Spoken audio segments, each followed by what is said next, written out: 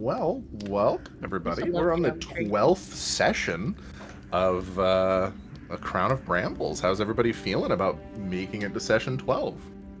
Yeah. Has the jury reached a verdict? That's like 3 months. 3 months of, I mean, maybe not consecutively or what have you. We've missed maybe a week or two every once in a while, but you know, the general amount of time that equates to is around about 3 months worth of campaign time. If we were doing it weekly. So, yeah, assuming 4 weeks in a month, doing it weekly kind of deal. So it's been closer to... Gotcha, I see what you mean. So it's been closer to like 6 months at this point. Yeah. Damn, dude. 12 on 6 months, Jesus. Well, does anyone want to help me with the summary for the previous session? As I'm pretty sure it was very busy. Yeah. Bias. Do it. Well, why me? Yeah, Try everything. Caius, go ahead and recount for us what happened last session.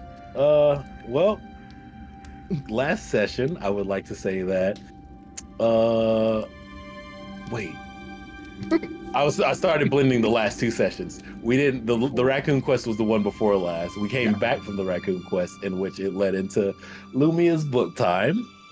And then after that, it was going into Mogs Heist, which went into not quite the way it was supposed to, because I decided to take an early morning run. You motherfucker. Hey, fuck you, dude. You let this happen. I'm supposed to be the arbiter of all things that aren't going your way, so. Or you can be the one that have it go our way. You have that power too. Yes, and I have sometimes. Yes, To be fair, going our way and going our character's way are 2 different things. Yeah, I will admit we are technically. If I want the trauma. Oh my god! Wow. Wow. I mean, like true, but you didn't just have to go and say it. Oh my You're god! telling me I'm wrong? No, you're not. You're not wrong. I'm wrong. I gotta put out there. You wore a crown and came down in a bubble, bro. We're collectively writing a story. Technically, each of us are an author in our own right for the tales that we're telling of the Rizzlers, which is the name of the party. Yes! Yeah! We're collectively telling your story. So, yeah, if there's any story beats that you as a player want for you as a character to have hit, that's definitely something that you should speak to me about at some point. But for now, the last session... Freedom. Yeah? No? Okay. That's well within your reach this session. We can discuss that in about 5 to 7. 5 to 7 minutes. Seconds. Years. Consecutive. Yeah. Last session, we had some revelations brought about by the proprietor, who seems almost to be trapped within the book, which goes counter to what is currently known about the proprietor, which is that he is the Lord of Hell, that he is the proprietor of the establishment that has come to be known as the Hells. And as a, you know, in some fashion, some information was given to Lumia, some information was gleaned, including the fact that whatever he did to the devil is replicatable. Very interesting prospect, if that is a rabbit hole one or more of you would like to go down. I remember that part. I don't remember the trapped part. It was never explicitly stated, but the manner by which he has been communicating through this book has been always available, and seemingly his senses in some way are ever present through this book. This could mean that he's not simply trapped, but something more along the lines of when Lumia opens the book, his senses are deprived and he can only see through the book, but that's a little confusing unless asked directly, so an assumption can be made that he is in some way bound to this tome. A shame to be bound to a book called the Book of Minor Deities. Seems kind of shitty. It'd be cool for it to be something like the Necronomicon, but no, he doesn't have that privilege. Oh, look at the little guy. He's now been dubbed the Old Man because he has no name. or at least he does not remember his name. I don't remember exactly what it is that he conveyed to you, Lumia, whether he didn't remember or he simply didn't have one. He said he did not remember. Did not remember. Good. Something like, would you say, believe me if I said I forgot, or something like that. Then, after these revelations from the proprietor, a heist was held. A series of what I can only call perfectly normal rolls were followed by a natural 20, which actually managed to get Mogs into more hot water than less. Though their goal was technically accomplished in some part, a wayward set of eyes was cast upon them at the most inopportune moment possible. A life was saved from Caius's actions being present on the scene, and shortly thereafter, a suspect was caught. We resume our session, unless there's any specifics that anyone wants to have mentioned. Because I'm fairly certain that I may have missed some of the finer points or details of the last session. Risen, Billy went on a side quest to I don't know, save a kitten. Okay. There was Webby. Oh yeah. That is true. Webby, We got believe aggressive. Webby got a feature. If you, Fen, would like to share that feature with the party, you may. Oh yeah. Oh, do I have that pulled up? I don't have it. Did I Let write me that see if I down can pull it here? up. I think I have it God written knows down where the fuck I right. put it in my Google Drive. This tab? No, this tab? I wrote it down as deflect attack, or no, wait, that's the regular one. Nope, I did not write down. Okay, so, but it basically boiled down to, though, was that after I When Mogs Mob takes him damage, hit. Webby's next attack deals an additional d6 damage of a type that attack could deal. This effect can only occur once per round. Yeah. And it's meant to be once per round this can trigger, and it will fade if not used by their next turn. So a damage boost to Webby should Mogs be in harm's way. This will be most notably useful in area of effect scenarios. That was kind of the point of this, was to kind of give you a, not just a lose-lose situation in the case that you're caught in a fireball. Something more like, okay, this does suck that I am taking this damage, but I can follow through and kind of give them a bite back.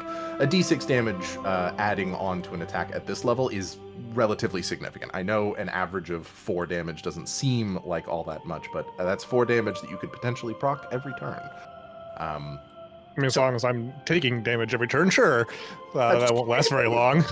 Talking about, it's Webby that would be doing the damage, so you could spend your turn trying to heal yourself. Also, you do have a Twilight Cleric in your party, and the Twilight Cleric can provide you with temporary hit points, and if you were to take damage through your temporary hit points, as in you have 10 temp hit points, you only take 8 damage and have 2 left, that counts as taking damage. Even though your health did not take a hit, that does count. Okay. So you can definitely leverage the Channel Divinity of Lumia and kind of really go hard in the paint if you wanted to. So we resume this session. I don't recall the specifics of where we were and what we were doing. So if the party has anything that they want to do before the interrogation, now would be the time to do it. Otherwise, we're going to cut straight there. I was about to say, I thought we were all in the Silver Spoon. Yeah. Entirely up to you guys. I thought we were too, just in a lobby area. I think the wizard had just arrived at the tavern, yeah?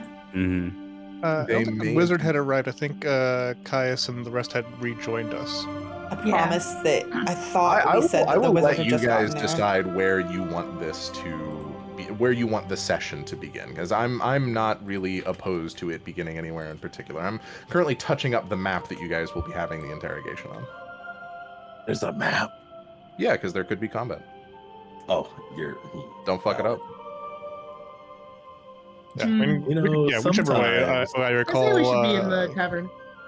Trying to react to the end point was me deciding if I was going to be reacting to Caius appearing, is what I remember. Oh, that's right. Caius did walk into the bar. and there was like a moment of trepidation between you guys. Because I wasn't sure if he was going to charge me or whatnot. Yeah. Oh if no, you- I think at that point I didn't say anything to Mogs. I wasn't planning on saying anything to Mogs. Correct. Okay. But it was like kind of a stare down. There was a bit of a standoff, a staring contest in the last session, at the end of the last session. We can resume there if you guys would like. Okay. Okay. Cool. Yeah, so let me actually pull back up the correct scene as we're currently doing our out of combat stuff. There we go. Beautiful. Yeah, the Silver Spoon at this time, I don't recall when this was. I'm fairly certain it's like midday, like noonish, maybe a little past noon now. Because there's been some investigation happening. There's been a very brief questioning. The wizard will be arriving very shortly to perform his interrogation. But as of right now, you guys are in the Silver Spoon. It is bustling for the lunchtime hour. There is a guard nearby your table. And Caius, you have just stepped into the Silver Spoon to see your party, including Mogs, is present at a table collectively. If Billy so desires, you can obviously be there. You are part of this party. If Riz so desires, Yeah, Riz can also be yeah. there. I am there. Riz kind of tentatively gives you a wave, Caius, as you enter. He isn't entirely sure how to handle this situation with social tact, so he's kind of just being everyone's friend. I mean, in a situation like this, it's kind of hard for I don't know what anybody would say in this moment. It could be cut with a knife, this tension. You see the tavern owner, the barkeep woman, walks up to you. Or not walks directly up to you, Caius, but kind of like gives you a nod over the couple of tables that are between the two of you and goes like, "Will you be dining today? Do you want to No. join your party?" At the moment, I don't have quite much of an appetite. So She kind of gives you a nod and goes about her business. Kais is actually just gonna like glance across the room like at everybody before like just going up towards the stairs toward the rooms. Okay. Is there anything that the rest of you would like to discuss? Because if not, we're going to cut to the wizard arriving. So, I want to So make the sure that guard is I'm- just scared there, right? Yep. Okay. I don't remember if he had a name. Steve. Sure. Steve. I think that was it, though, actually. You're probably not Steve wrong. or Joe or John or Jim, and I would believe you.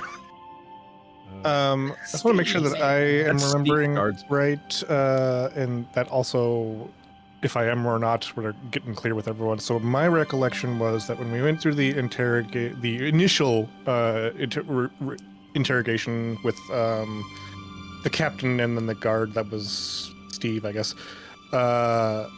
They had mentioned that it was related to an attempted murder, and Moggs was surprised to hear that, but we hadn't clarified any further on that. Is that That right? is true. Yes. Mm-hmm. It seemed as though Moggs was very surprised to hear that this is not robbery, but attempted murder. I will say, if Fen gives permission, all of you can pick up on that pretty easily. Otherwise, it'd probably be an insight check of Fen's choice. I think Well, I'm Lumia was sorry, the only what are one we there at the picking up? time. That's true. So Lumia, you probably would have picked up on it then. Okay. That Moggs heard attempted murder and was basically like, "What the fuck? What are you talking about?"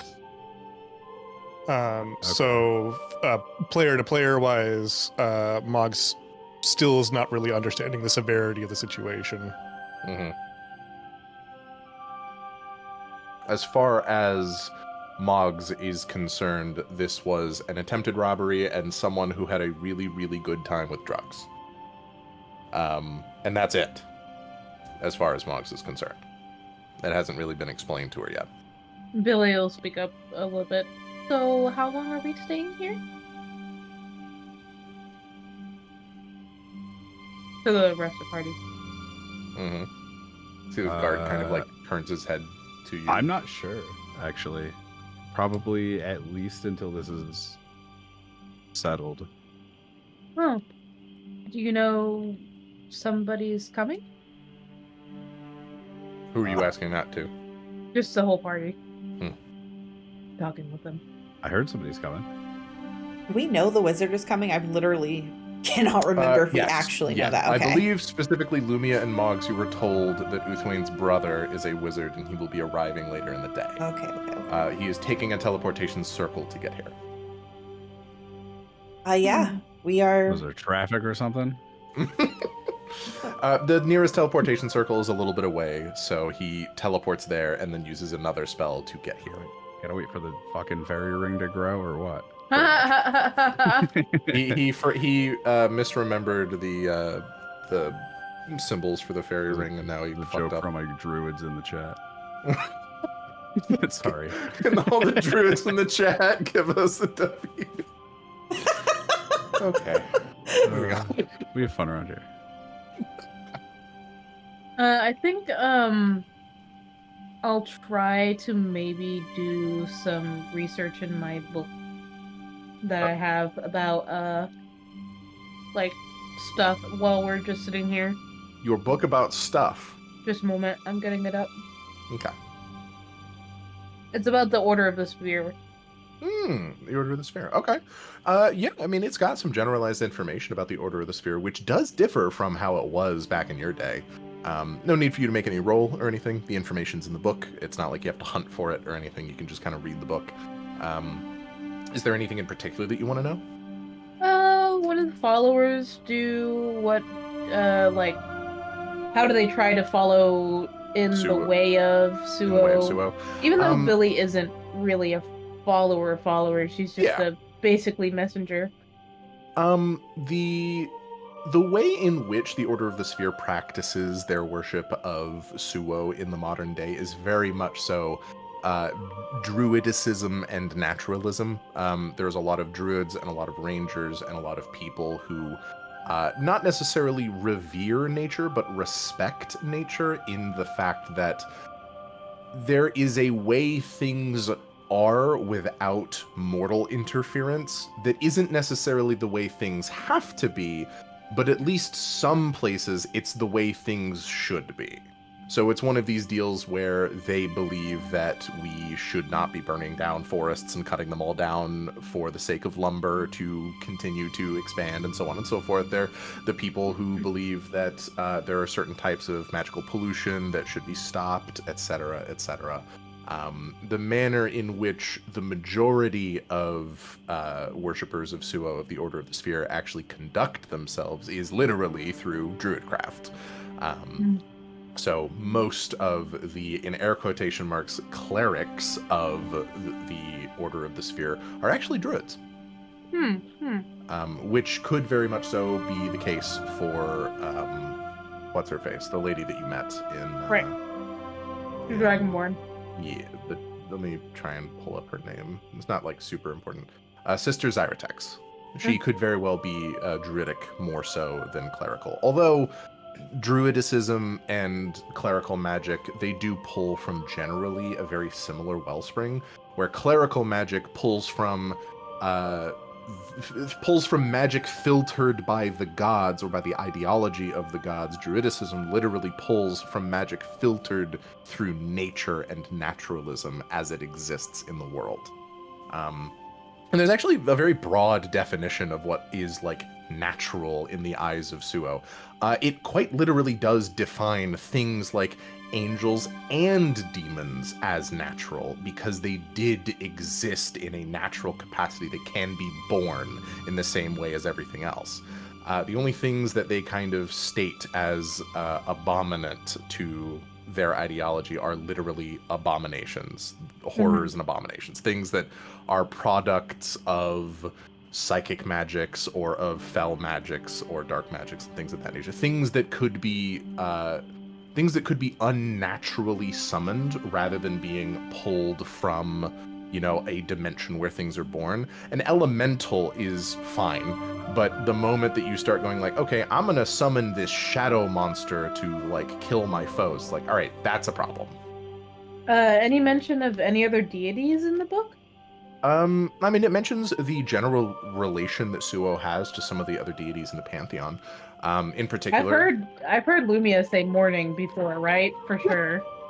Can I look for anything about interactions Absolutely, with relation her? between Suo and Morning. Yeah. They have an amicable relationship, but a distant one.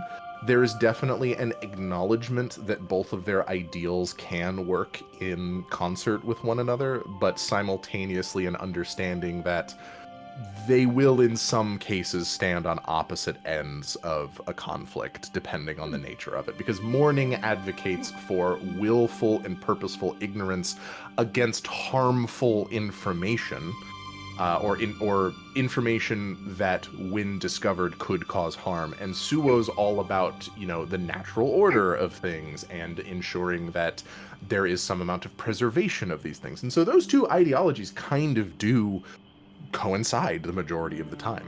But there are, every once in a while, a couple of occasions where Suo will advocate for discovery that could, while being a breakthrough for humanity, could be harmful in the eyes of Mourning. So generally, they're very friendly. Generally speaking, there are very few mentions historically of them ever having bad blood between each other, and even if they ever have had bad blood, it has been very temporary. What bad blood does Suo have? I have no specifics for you. I'm sorry. Okay. It's really not that important.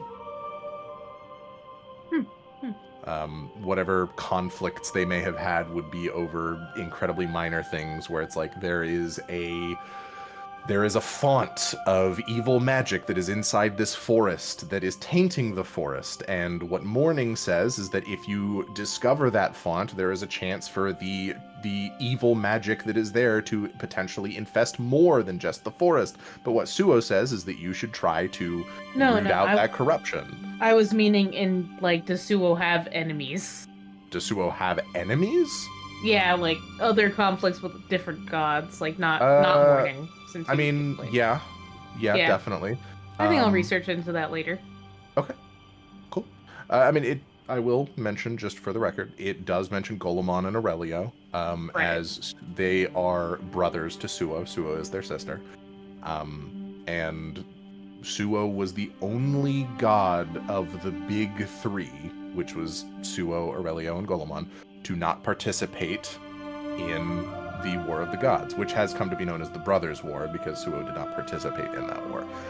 So for as far as everyone is aware, Suo is still walking the mortal plane just like the gods used to do in the old times. He's not bound to the promenade like the majority of more modern deities are. She and Aurelio and Golemon are the most ancient of all of the deities. Got it. Cool. Cool. Lord, Is there anything else that anyone wants to do before the wizard arrives? I can't say that. I can't say that Kai's does. He's just trying to get his mind right now. Okay.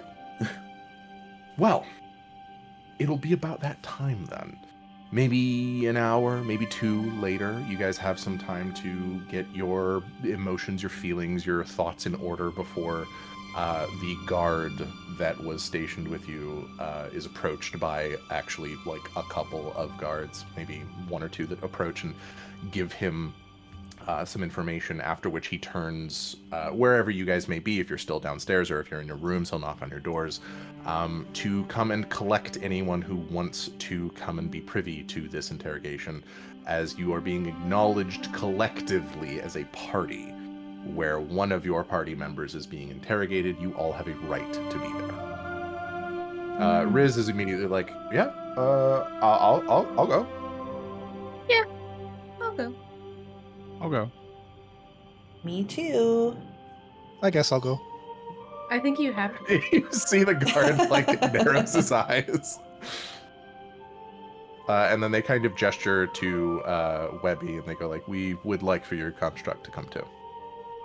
Where's Caius at? And Caius is coming. He's coming as well. He's coming down the stairs now. He is. Cool. Want Webby to come? The guard nods. Why? He shrugs. I have my Okay. orders. They will begin to escort you towards the courthouse. And they take you to the underside of the courthouse where they do have cells, one of which is currently open to allow for someone to be contained within. The purpose of which seems to be to ensure that the Zone of Truth spell cannot be simply avoided.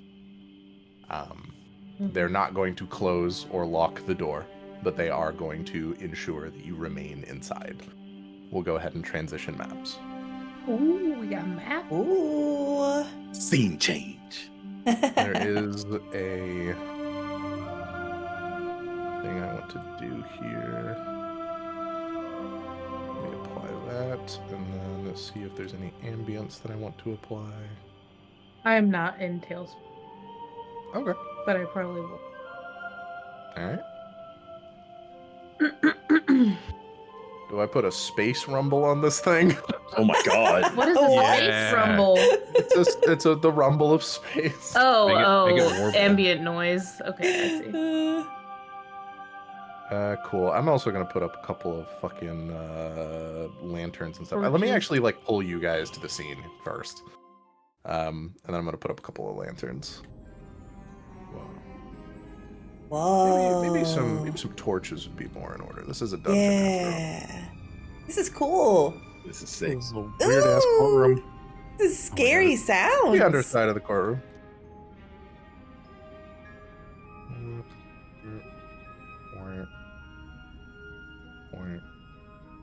I like this a lot.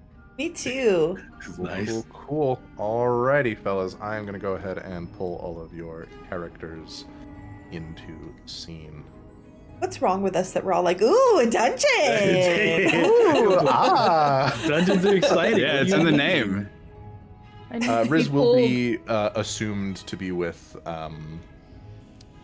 Billy until. I'm not in the scene for some I, reason. That's because you joined late, you motherfucker. I am now here. Cool. So we'll go ahead and Oop. just like open up one of these I can't to see use for the everybody. interrogation. Oh, Or we get out of I there. see I was everybody. just kind of playing around in there. I don't know what to tell you, Minnie. Here, hold on. Says For you're here. permission. Beep, beep, beep, beep. How about now? No, I can only see. I only see Mogs. Just log out and come back. That's weird. Y'all I see will this make little this- person over here? I'll make this the default board. This Oh, little person where? this guy Who's over this here. little person? Yeah. That's the guard you interrogated. Oh wait. Oh. Oh, is that the bandit dude? Hey man, what's going on? Long time no see. Oh god. So funny. Yeah, he does like catch What's up, buddy? those of you that are currently like in the room as being the same as before, and he's kind of like, oh, good, great, hi. Oh god, not these assholes again. Amazing, fantastic. Yeah, who gave him a bow and arrow? I know, Cruel and right? unusual punishment. Probably like, oh, how the mighty have fallen. I'm going to look to see if I even have a model to represent this wizard. I don't think You that better I have do. a wizard's You hat. better have. How do you not have a wizard model? I have a wizard model, not a cat wizard. He's a A tabaxi. Cat wizard. wizard. Aw. I can do can it just while use I didn't Schmitty's post. model. Schmitty. Schmitty is absolutely not a wizard. You're going to see that the moment you see his model. I'll My let you guys. husband. Jesus, I'll let you guys take like one guess as to what type of character he is.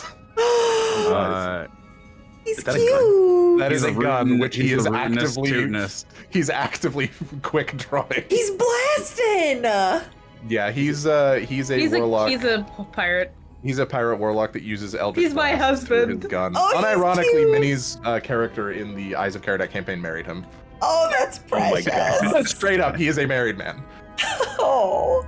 That he's a wizard, all right. He has. He's a wizard. He's got the most powerful spell of all. I'm What? like, he Oh, God. casts his spells through the gun. the most powerful Yeah. spell of all, level 20 druid. That is, yeah. Senna, I would say Senna's at least like 18, I can level 18 at this point. Whoa. How? How the fuck can you teleport? What are you doing? teleport. All right. The internet's well- just really bad. You guys enter. I'll also go ahead and like put out a couple of dudes to represent the guards that are with you.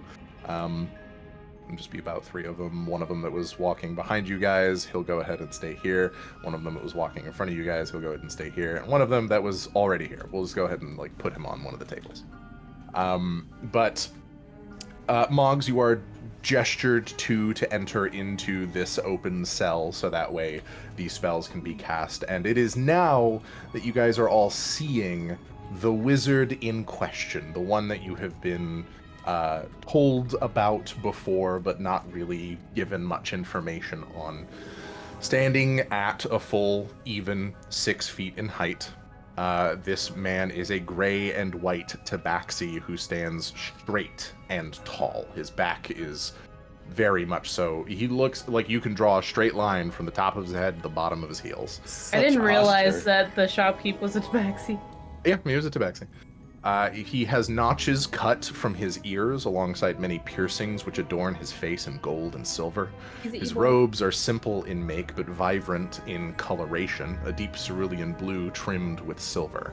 His staff, carved from a lightly colored hardwood, is intricately carved with symbols of leathery wings and dragonfire.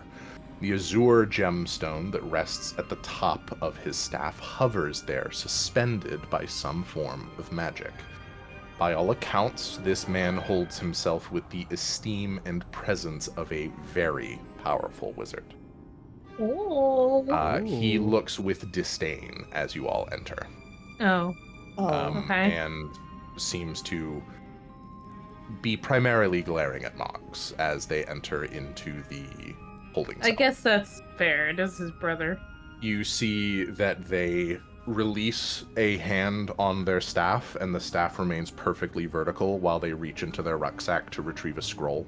Huh. They open the scroll and immediately speak words of power that I believe only Lumia would understand as a zone of truth spell that he is casting from the scroll.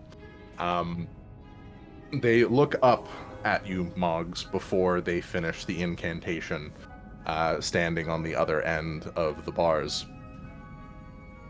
And they speak finally, outside of magical incantations for the first time. I trust that you understand you are meant to fail to resist this spell, little one.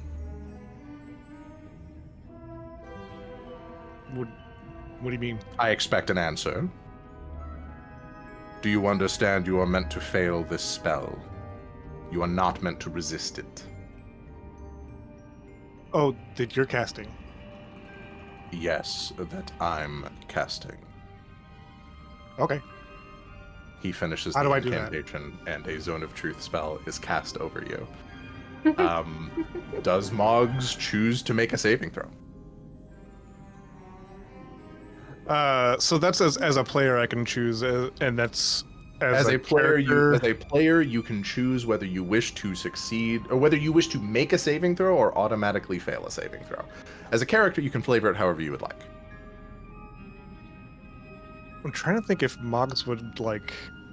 And I will go ahead and put out there to vaguely mechanicize this, and it's obviously fine if we want to play this more by ear, but that special Mogs thing we were talking about, I would say that would give you the same question, but in reverse, where it's like, do you want to make the save or succeed it? Do we know the wizard's name? Nope. Didn't think so. He hasn't volunteered it yet.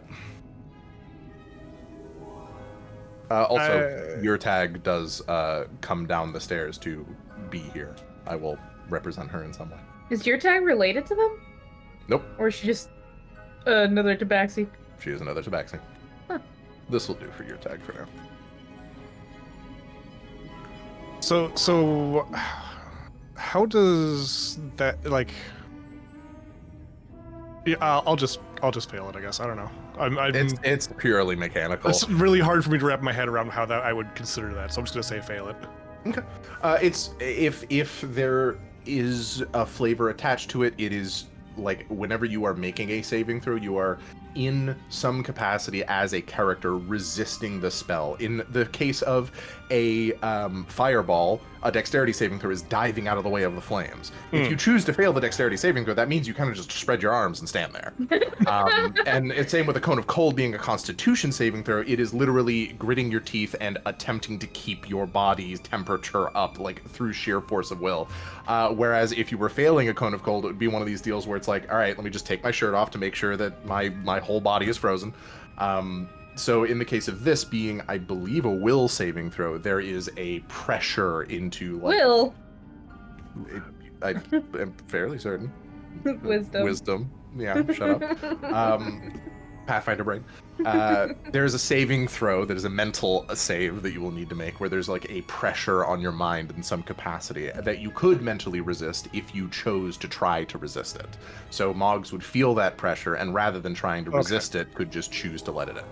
Okay, then yeah, with the preface, I'll just fail. You all see what looks to be contained within this little box cell. A radiant light shines from above, and you guys can faintly hear what sounds like a harp playing as this spell is being cast. If anyone would like to, you can make your choice of an Arcana check, which will have an easier DC, or a Religion check, which will have a harder DC. I'll make Arcana. I'm Like, gonna do I'm- religion. Like, Billy would probably realize, like, this is a clerical spell being cast by a wizard. He did cast it from a scroll. Oh. But those of you who want to make save or want to make checks for this, absolutely may. Yeah. Oh wait, checks to see what the spell is? Not to see what the spell is, but to see where this scroll is from. Oh, okay. My bad. I'm so sorry. Ooh. Damn, Harvey. Wait a minute, I've seen that Jesus. before. I don't know where. What's Cool. this? He's got a cool What- piece of paper. So Harvey, what's the total that you got, and 20. what check were you making? Was it Arcana or Religion? Religion. Okay. Bear, same question. I got a 7, flat 7. Was it for Religion or Arcana? It was for no, it was Arcana. Mogs. I got a 3 on Arcana. Hell yeah. Lumia I had a 10 for religion.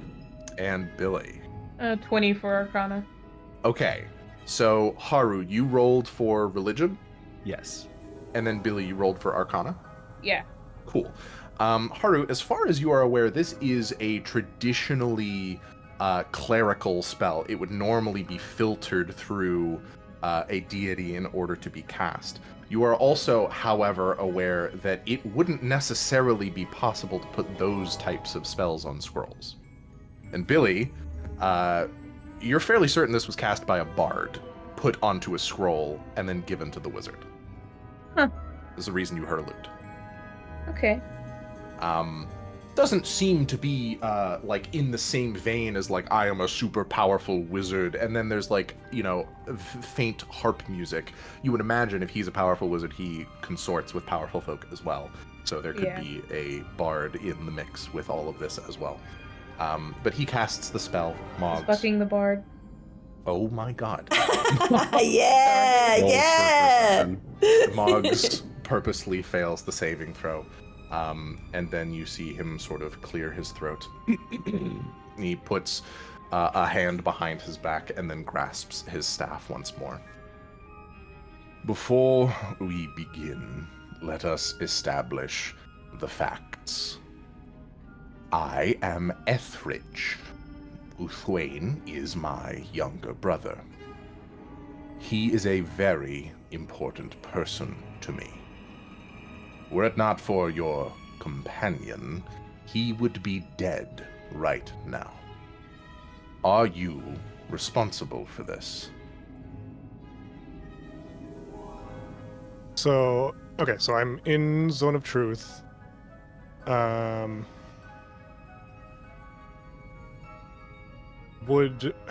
does that, if is it that Here's what I will generally do. You will respond in some way, and I will straight up ask you, is that a truthful response? With some cases needing to have some form of verification. As long as it is a truthful response, it's perfectly fine. If it is not, I will say what you say instead. And it will be the truth that you attempted to hide. So, being that Mogs still understands Mogs is still and uncertain. believes, Yeah. if I just said no, If you said no, I feel like I know that Mogs doesn't know for certain, but Mogs isn't stupid. To be able to extrapolate from incomplete information, and I feel like a no would come out as I'm not sure. At this point, I feel like it would like there's been enough mentions of attempted murder and he would be dead and stuff where Mogs might have a fishy feeling. Where if she tried to say no, I'm not, it would come out as I'm not sure. Okay. Or it would come out as maybe. yeah, I'm not sure it works. Yeah. Okay. He asks that question, and Moggs responds with, I'm not sure. Which all of you are privy to. All of you are hearing this. You see the wizard kind of... And then I think you also see Moggs cock her head as that was not what she was thinking she said. Mm-hmm. You're learning about a spell. Moggs is learning about a spell for the first time. You see that he sort of leans And then forward. I think she repeats it, I'm not sure. but as a question. I'm not sure? Yes. The zone will have that sort of effect. It would behoove you to tell the truth in every instance in which you can, little one. I want you to confess. It can be simple and easy, or it can be difficult and painful. The guards claim it was a poison. Did you poison him? No. He sort of thinks for a moment, looks up, and he goes, Perhaps not. The symptoms he claims to have experienced are much more cerebral than what mere poison could elicit. Did you drug him?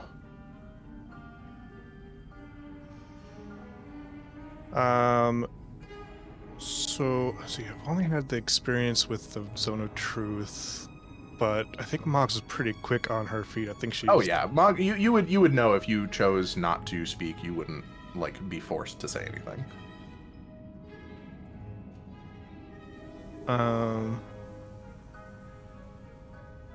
Sorry, what was the specific question again? Did you drug him?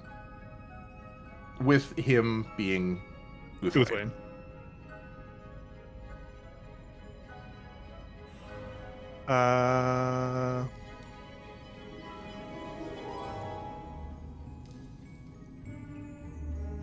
I'm thinking between two answers here.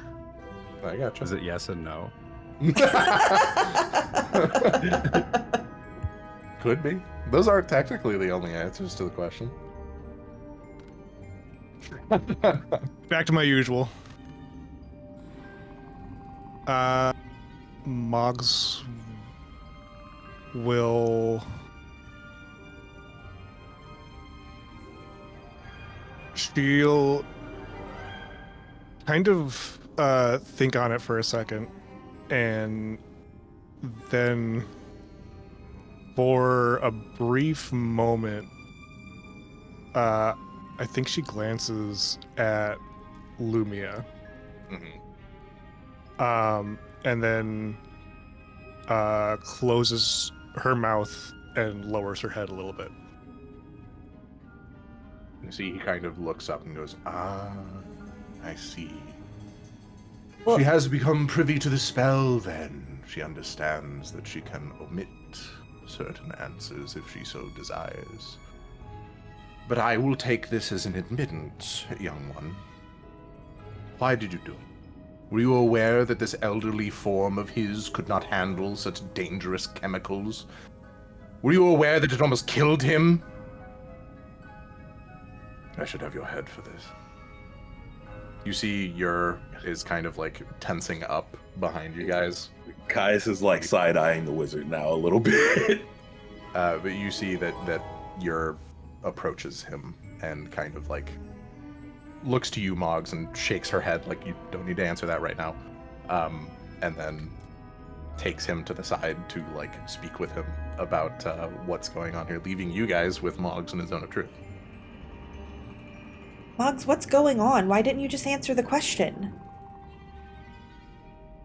To be able to, you know, get out of here, we gotta just tell them what we know. Even if we will get you out of whatever trouble you're gonna be in, you know. What? What trouble? Mog said that she didn't do it. There is no trouble. You just have to answer the questions, and then we walk out of here. She said she's not sure anymore. Are you not sure because you don't have all the information? And I think at this point, Moggs will glance up again very briefly and then kind of back down, and he'll say, I can't tell you. Why Well, can't you tell us? I can't tell you. you gotta be able to tell somebody, or we'll never be out of here, and you'll be probably punished if you don't answer.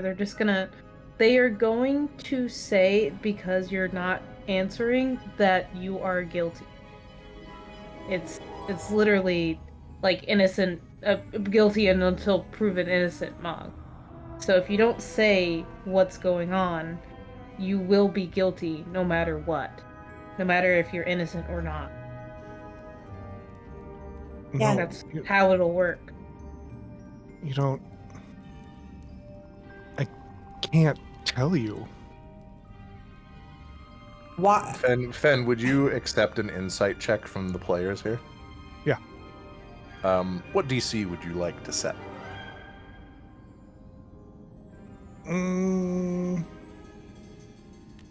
This would be, I don't know, kind of The only medium thing, to low. the only It's thing not really Moggs- hiding. Yeah, this isn't something Moggs is hiding, but this is an interpretation from the characters where it's like Mhm. Moggs has said I can't tell you, and then Moggs said I can't tell you. Like what? The emphasis on can't. Lumia, what's that total look like with your bonus to Caius? 19. 19. Okay. Caius, what's your total? Just 2. Caius is just fighting back rage right now. It's Good to have these already, words.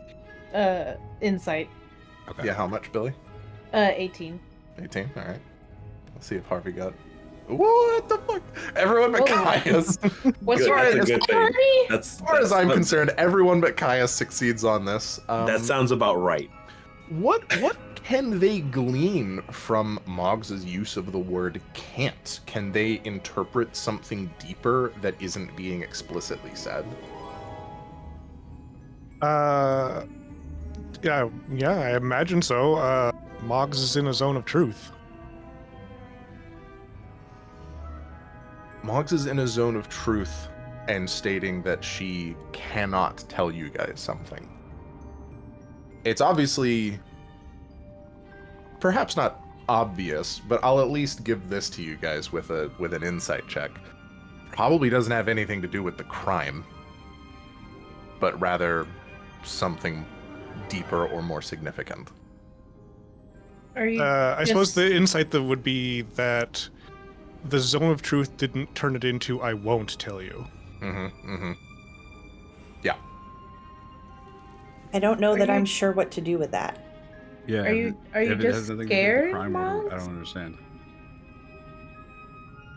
Are you just scared, Mogs? Is it not? It's not that to you're to scared, to right? help alleviate your confusion, Haru. There is something that is making it to where Moggs literally cannot tell you. It is not a matter of Moggs doesn't want to tell you. It is a matter of Moggs simply can't. Did you hear my question? I did not. It was to Mogs. Can you repeat Billy asked, "Are you just scared of the law, Mogs?" No.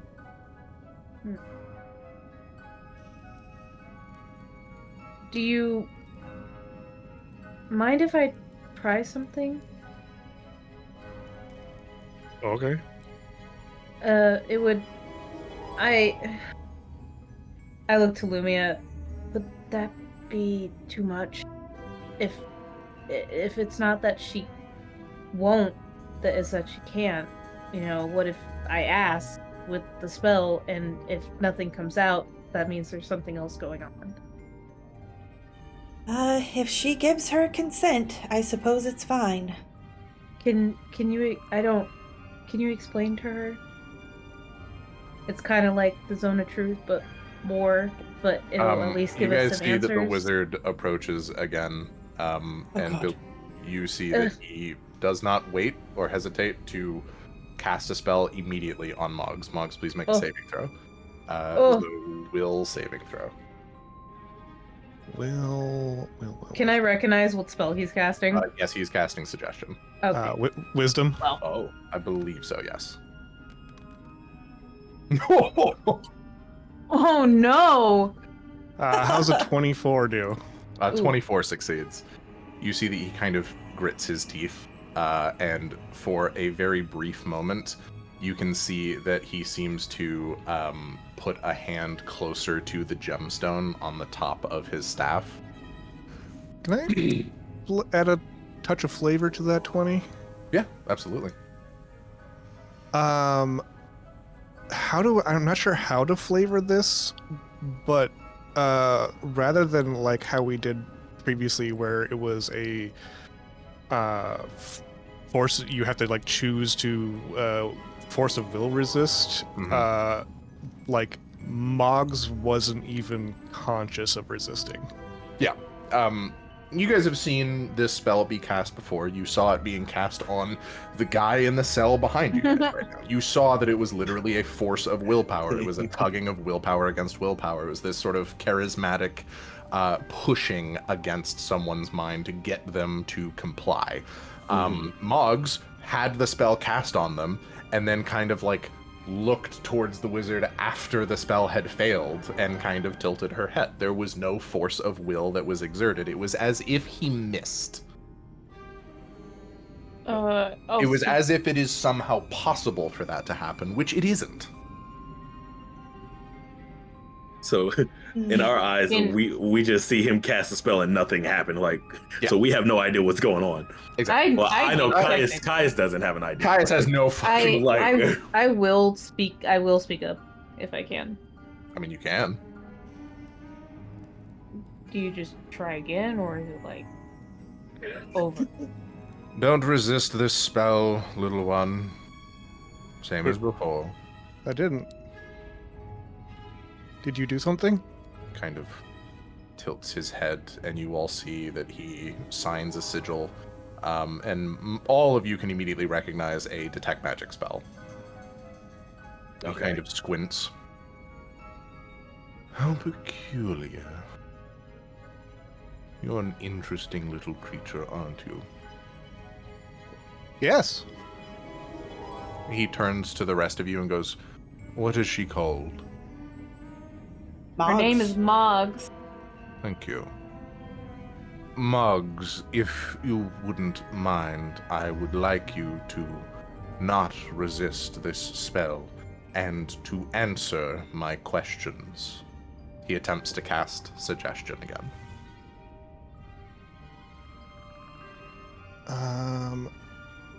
It Do I know what the entirely suggestion? up to you. Do I know what the suggestion words are? The phrases? the incantation? Because he has to like, or does he cast it and then he sets the terms? How does that? The terms that he's setting are answer my questions truthfully. I'm going to roll again, but for the same flavor. Not that she is making an attempt of willful resistance. So this time it works. Okay. Similar to before, it seems almost like Moggs is just unaware that the spell is being cast upon her in the first place, and he says, "Answer my questions truthfully." He seems for a moment to be contemplative before he asks, What do you believe your crime to be, Mogs?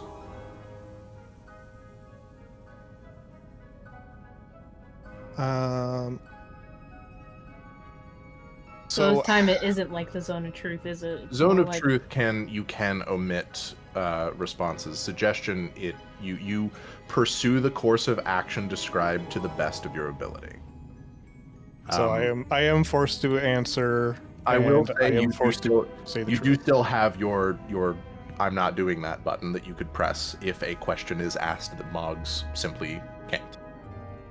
Okay. So that's something that's still What does that mean?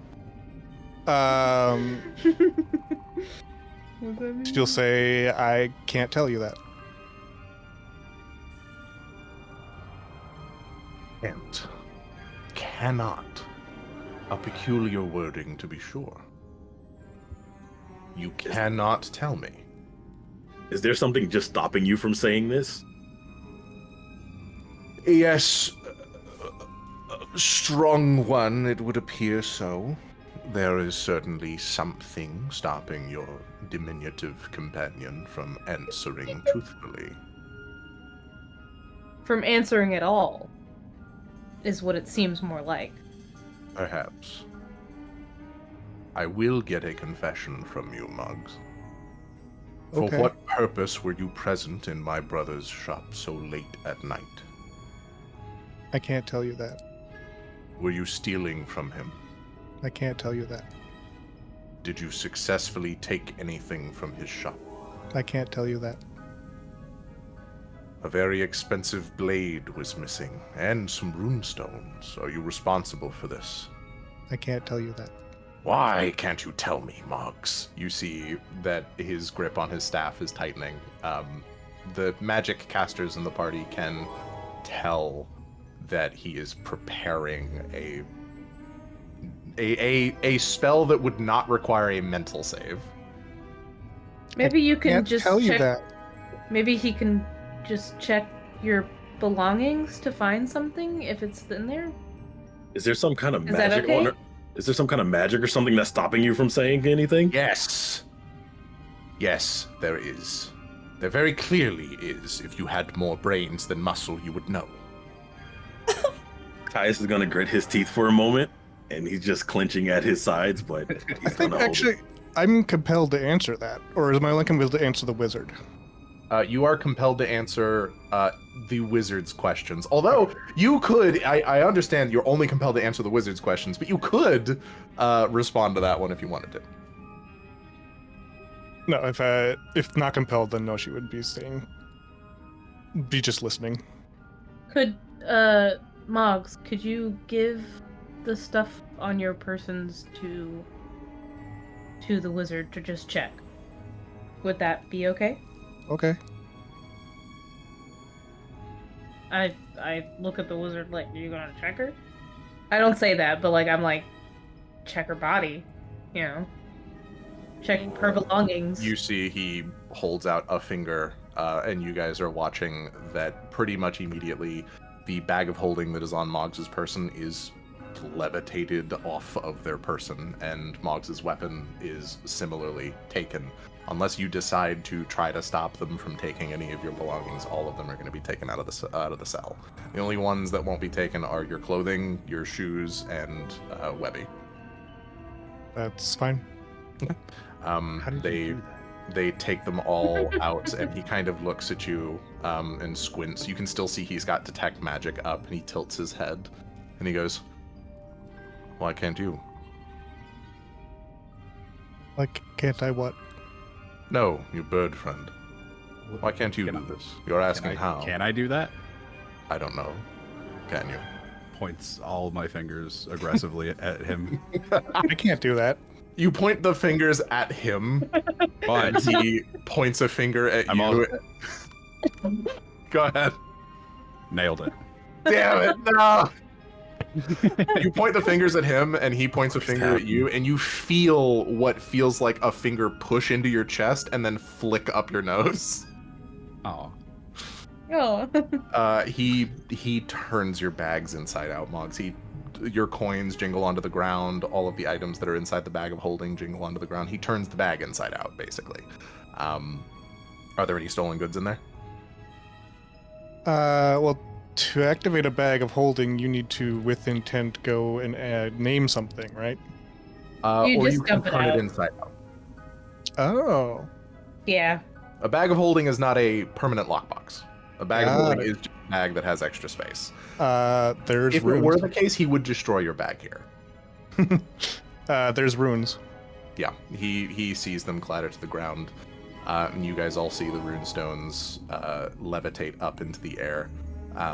He, And my luck. while not looking, passes these rune stones to Yurtag, who holds them in her hands and looks up to the rest of the party and kind of shakes her head.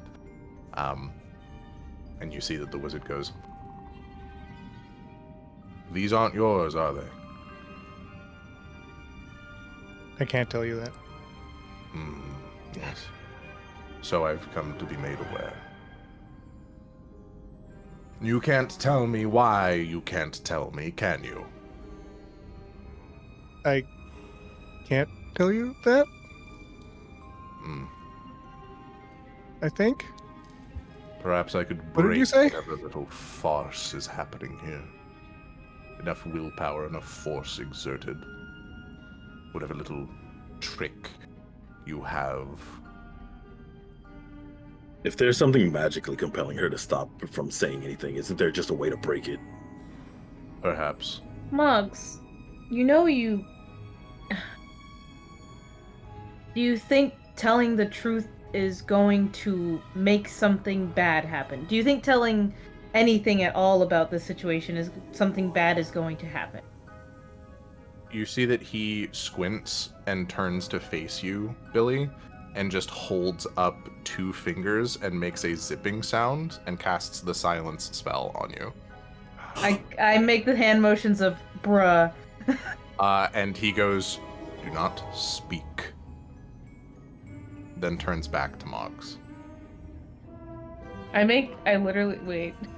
The silence spell is a bubble, by the way, so Caius and Lumia, you guys are also in it. Do we hear Love each that. other? No, no sound is coming out of the bubble. Here, Where Caius is standing right now is like well, out of the past the bubble. threshold. Out of the bubble, but like in the bubble. What about in the bubble? Can we hear each other? No.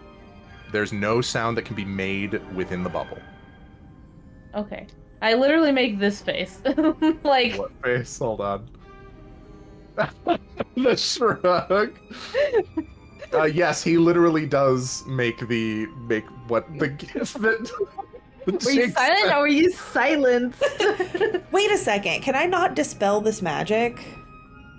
You do have a dispel. Remember how I magic have spell that? from your book. I will not be silenced by this man. You could attempt to dispel the silence that was just cast. Is he gonna But get he'd pissed? know. though? He'd know. Or, I don't care. Fuck him. You do see that he holds up a hand towards Mogs and attempts to cast his own version of Dispel Magic upon Mogs herself. There's no need for you to make a saving throw here, Mogs, as something is about to happen. Something just happened.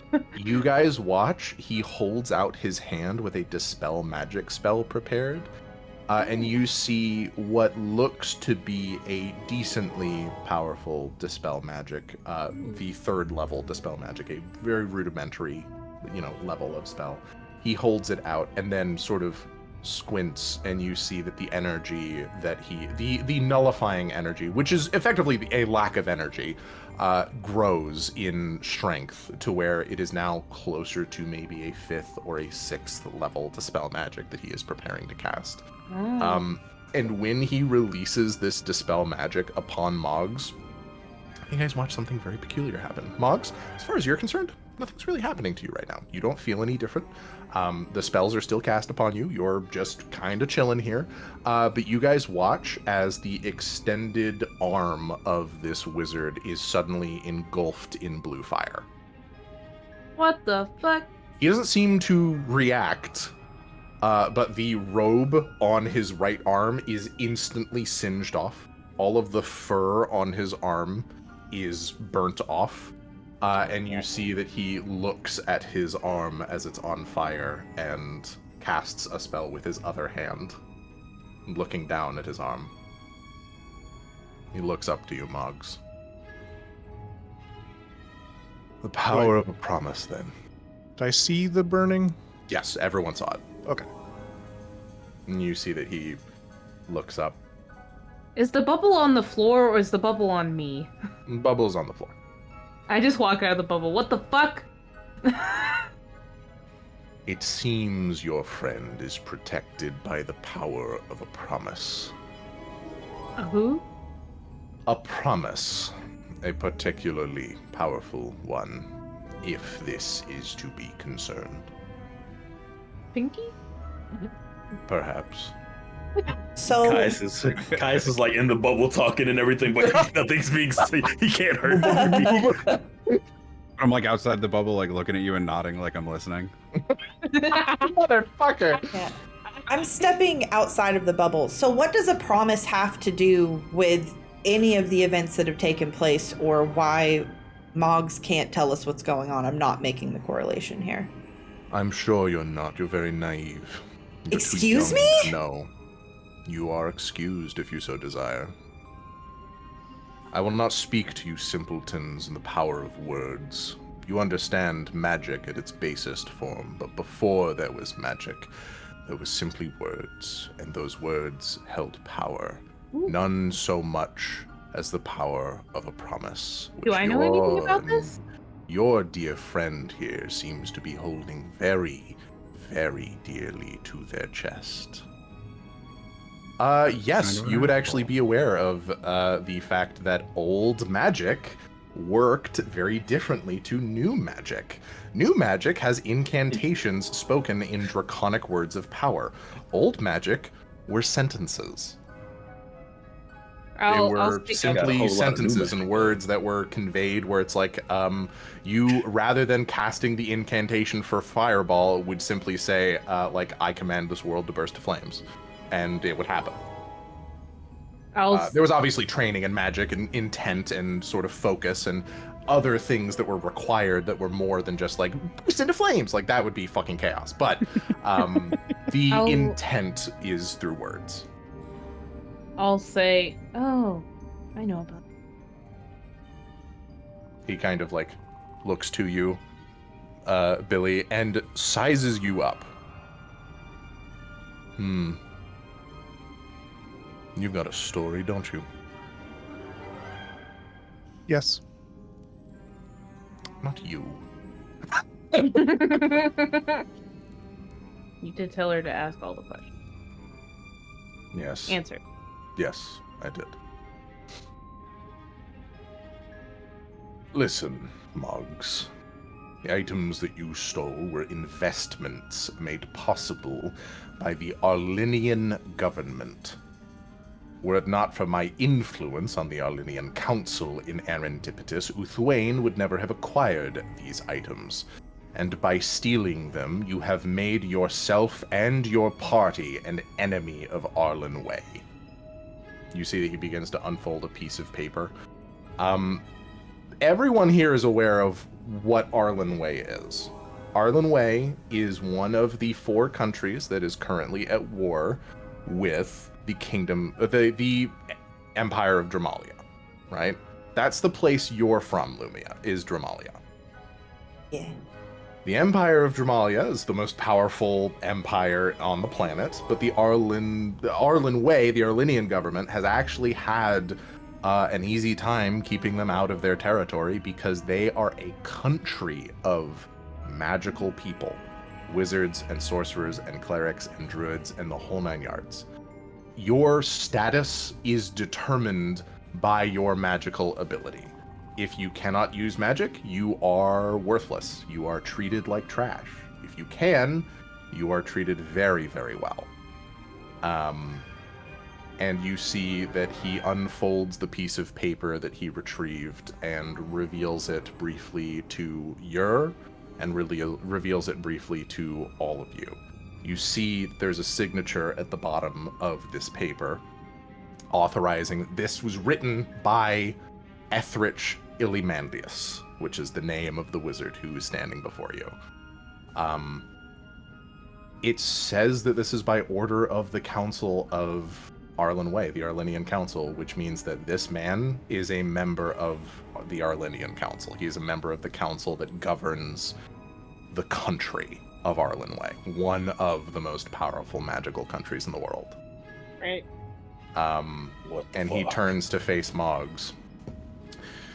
By the order of the Council of Magi and the Arlenian Council, I, Ethrich Illimandius, hereby sentence Mogs of the Rizzlers, yes? To death. What the fuck? You will be Wait a minute. transported by carriage to the nearest teleportation circle, after which you will be transported to Tolamaro, and your sentencing will be carried out immediately. Wait a He second. folds up the paper and No. puts it in his bag. Why death? Doesn't that seem a little extreme? No one Ice is died. yelling in the bubble before he steps out. No one died. Like, who decided it was death? Surely there is another option. You see, he has not responded to you, but he is listening to you. Listen, as Billy said, no one died. It's very unfortunate what happened. I'm so sorry for what happened to your brother, but we don't even have conclusive answers because we can't get them from Mog. So I propose that we make things even. Can we not return what was stolen? And if we can't return what's stolen, maybe Mogs can return the equivalent of gold? And then maybe Mogs could owe a favor to your brother to help make things right. It doesn't make sense for us to kill Mogs when we don't even have a solid confession. We Tilts can't his head figure and it out. goes, We aren't killing her. I am. Why? I'm gonna have to ask you to nod. What do you intend to do? Brawn Well- for brains. Well, no, I'm only simply stating that for a favor to me, because essentially I was the one who saved your brother, can you do me a favor and spare Mogs? Looks at Caius incredulously. I heard you were the one who incriminated your companion. Why the change of heart? No change of heart, I just don't think a loss of a life is necessary. Why not? Put it like this: would you have ever tried to interrogate it if your brother had died, or would you have just came in here to take a life regardless? Were you always dead set on taking a life regardlessly? He thinks for a moment, and he says, "Let me pose to you a theoretical. Let us say that someone, unprompted, decided to harm someone very close to you. Father, brother, mother, anybody. They decided that they would harm them. Whether intentional or not, they did. They had no real reason to, or at least none that they can admit." He kind of glares at Mogs as he says this. "Would you seek reparations for this?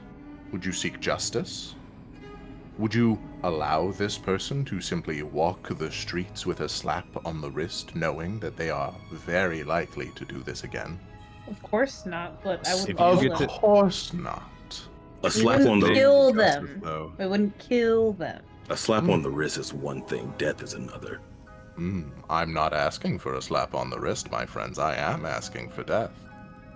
Yeah, that's If insane. you can convince me otherwise, I might be incentivized to take a favor for a life. But otherwise, I will Mog be seems- taking your companion with me. Mog seems confused on what she did. Maybe there should be a total explanation. Not just, did you do this, did He you do holds that? out his Tell- hands to the party. He holds out one of his hands to the party and the other hand towards Moggs, and he says, "Be my guest. If you can extract a confession from your companion, I won't kill her." How No, about I'm meaning they He casts need silence to. on you again, Billy. Wait, what I just favor step would out you of the take? bubble. Yes, he cast it a second time where you're standing now. I just step out of the bubble again, and I go like, Mogs, we don't know all the context clues either. You need to explain what happened. Why? Weren't you there? Weren't you at No. least privy to the information? Your tag has, as far as I understand, made you all aware of what has happened, or at least the mayor has. Not really. It Hmm. seems like there Here was are an the attempted. events as I am aware that they have unfolded. Your companion, Mogs, attempted to steal from my brother. Your companion, Mogs, either poisoned or drugged him and nearly killed him. Your companion, Mogs, was caught fleeing the scene of the crime by your companion, Muscle for Brains.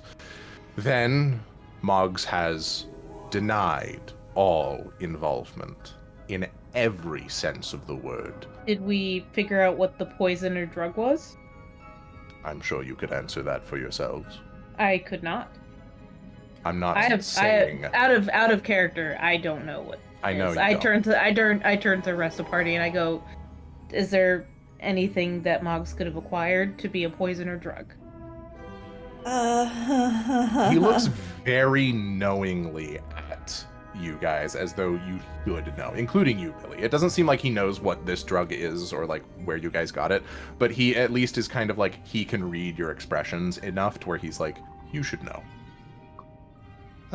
Bell, message check. Hold on. Let me take a look. I want to get to the root of what he wants. There has to be something other than just killing Mogs.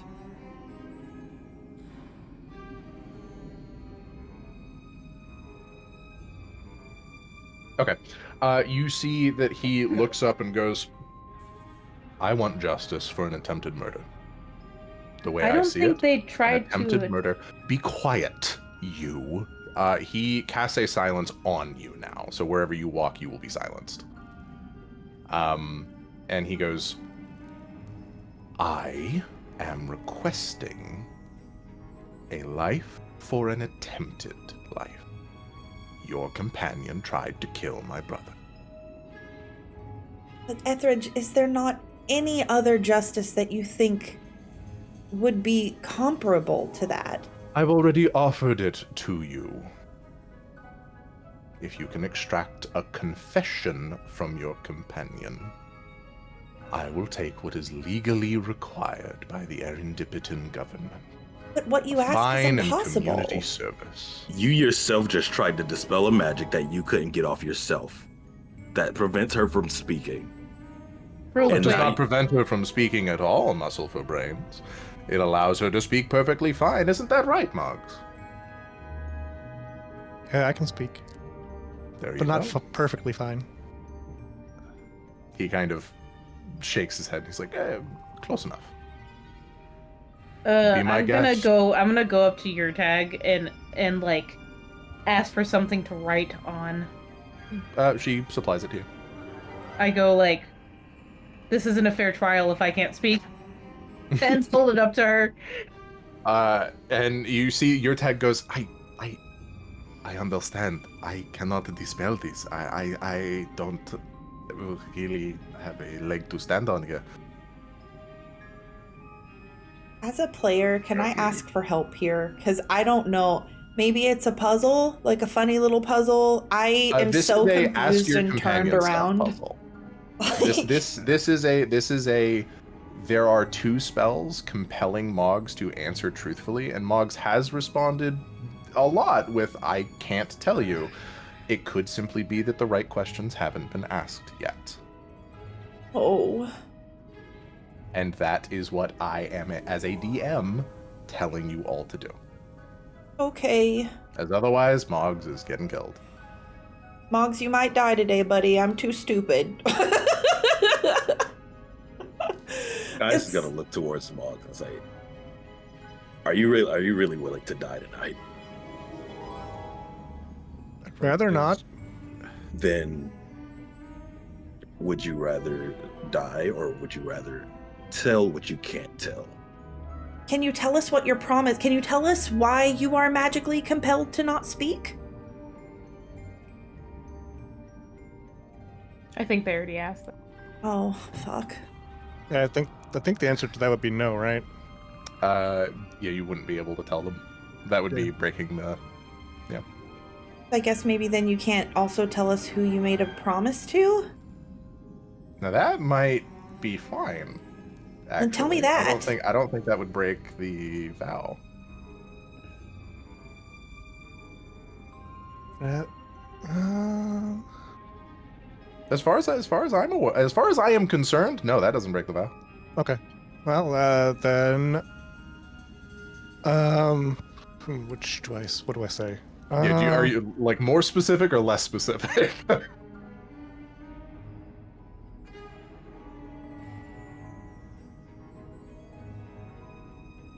think Mogs will.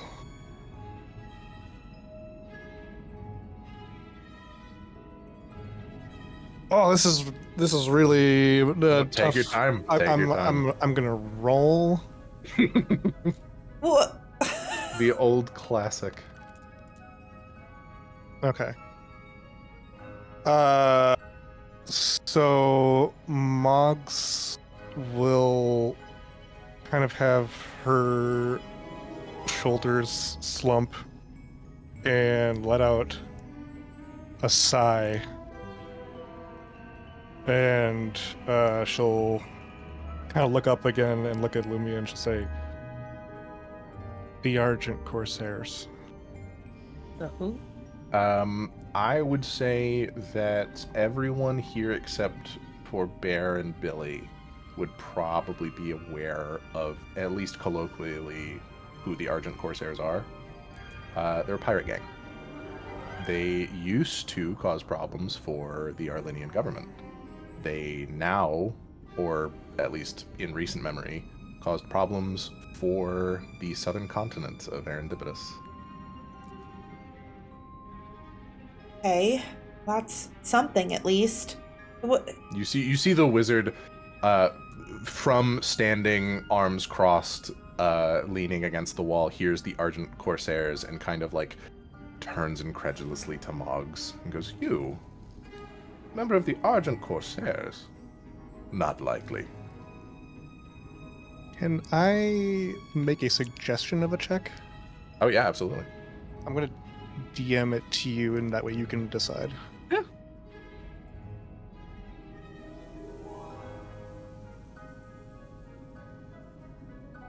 And what do you mean by not likely? She's still in your zone of truth. Look at her. Yeah. What about her?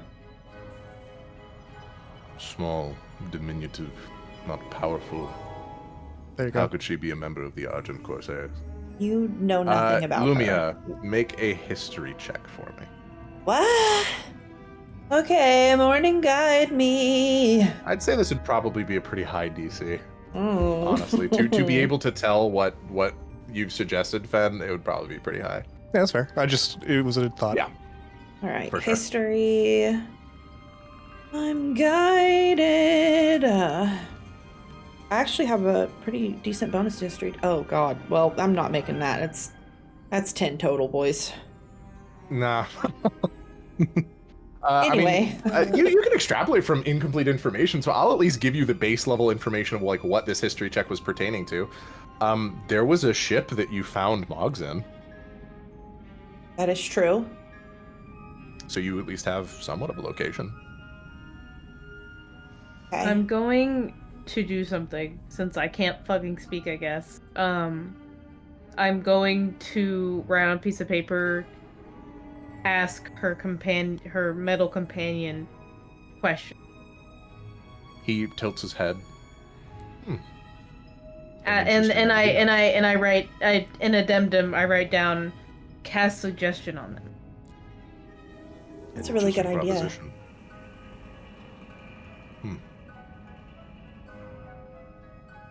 Like- He turns and looks to you, Mogs, and says, "Can your construct speak?" You mean Webby? Yes, Yes, Webby if can that speak. is your construct. Good. Can your construct not resist this spell?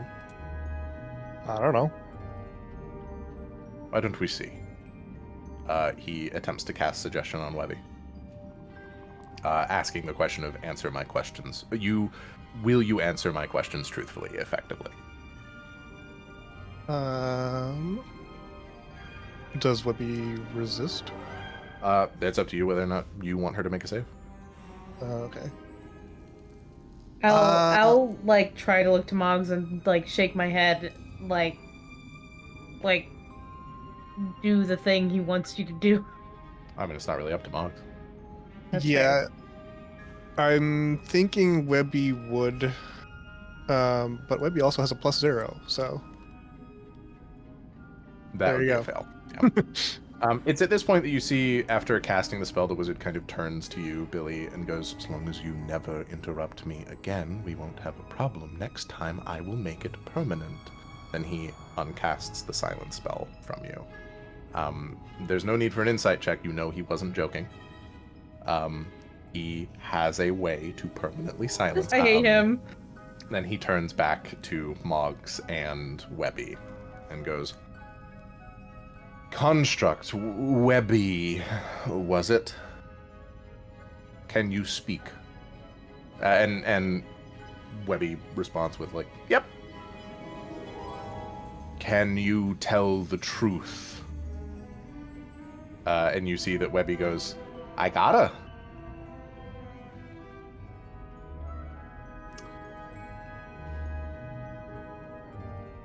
"Did your companion steal from my brother?" It's at this point that there is a dissonance with Webby. Webby kind of looks to you, Moggs, realizing that you have spoken to them of promises and secrets, and looks back to him and goes, I don't want to... I don't want to hurt my mom. And if I say this, I'm gonna. Webby, if you don't speak, It won't your hurt mom your will mom. die. It won't hurt your mom. Yes, it will. No, it won't. Webby, Not answering. You will see hurt that more. Webby looks at you all and goes, "You don't know what you're asking." "Not really. You're not just asking for Moggs to tell the truth. You're asking for Moggs to break a really important promise." That's now what's more important, that promise or Moggs' life? Without hesitation, they say the promise. okay, but they're not the ones breaking the promise. I know. You're not a part of them. I don't want my mom to hate me. Moggs, can you please Your- reassure your Webby mom- that they can answer? You're not gonna hate Webby them. Webby looks to you, Moggs, and goes, "Will you hate me?" Moggs will, I think, flop down on, like, to sitting on the floor, Mm-hmm. is looking just straight down, and she'll say, "I would never hate you, Webby." Webby, now reassured, turns. "Yeah, we did. We stole." Did Moggs try to intentionally kill Uthwain? No, never. Did she give him a drug? Yeah, because the only time that Moggs has ever seen the drug used is when, well, gestures to Caius, and then gestures to Moggs and goes like, "There was nothing really bad that happened. They were just kind of out of it. The alternative was the wrench." And you see that Webby gestures to the wrench and goes, "Would you rather the wrench? It was an old man. Moggs was trying to be nice." How's that for a confession, wizard? The wizard seems pissed beyond measure. He's like, motherfucker. But he's staying silent. And you see that Webby seems not excitable in the way of someone who's happy about something, but excitable in the way of someone who's incredibly nervous, fidgeting and all other types of stuff. But you see that they kind of move in peculiar ways inside of this area and goes, Mogs wants to get stronger, right? And so Mogs made me, and I'm strong, and Mogs is strong, and us together we're really strong. We can be so much stronger if we had magical items. Mogs can do things with magical items, right? Mogs can mold stuff in weird ways, kind of like how she made me. Holds up their arms excitedly. So yeah, Mogs. You know. So Mogs gave Uthwain the drug with intention to just get away from him, not to harm him. Well, to knock him out, but not to kill him. God, no. And Never. Mogs stole. They just kind of look at the runestones. Yeah. And they're kind of like, yeah.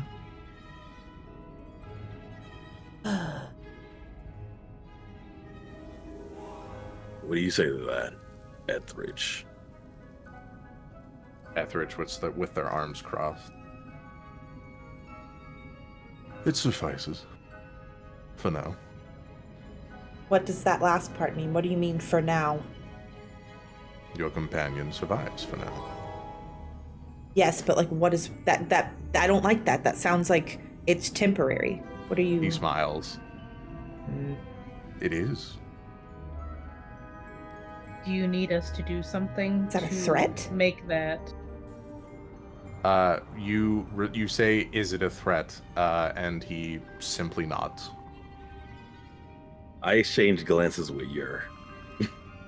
Yer does not like this guy. It is obvious by the way that she is acting that Yer is concerned with his presence in this room.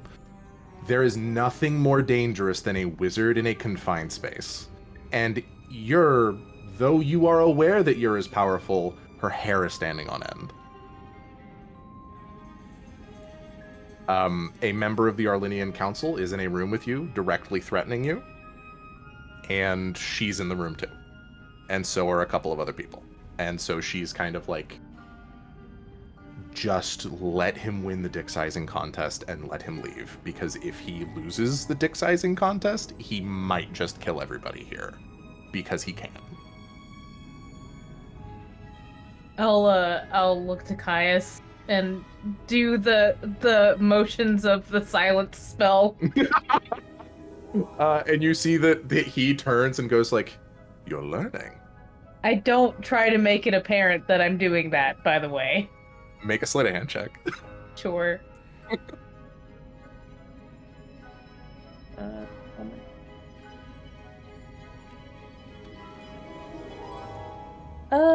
15. Good enough. He doesn't respond. He turns back to Mogs and he goes, I'll ask this to you. And if you can't tell me, I'll ask your little friend. You know how that will go. They'll simply tell me themselves. Why did you steal? Why Uthwain? Why the runestones? The sword? Why?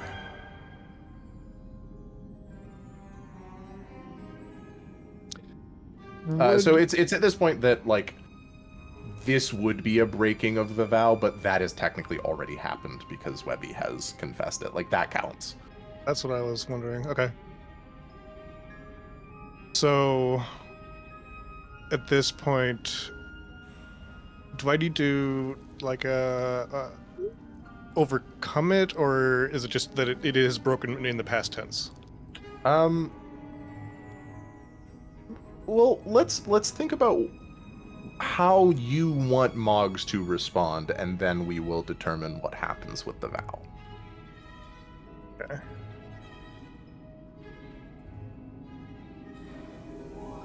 I think at this point, Mogs is very torn between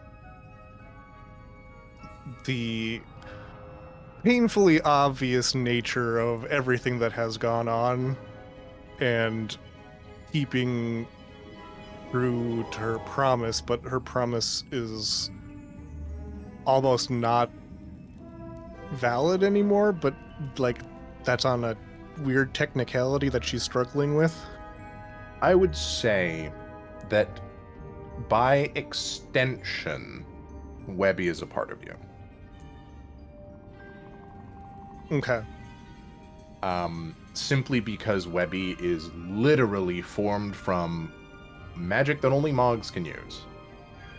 There is no other way that Webby could have existed than through you. Well, Webby also knew a bunch of things that Webby wouldn't know, so I've marked that down for later. So yeah, Mogs will...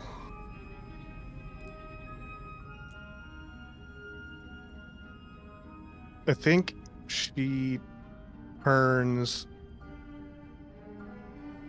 even through the spell compelling her to answer to fucking Etheridge. Etheridge? Oh, I actually had it right, my god. I remembered a name. Real. Despite the spell compelling her to respond to Etheridge, I think she'll kind of like drag her head to be able to look at Lumia as she responds. And she says, I had to get stronger. I had to. If I didn't, I would be all on my own again. It's just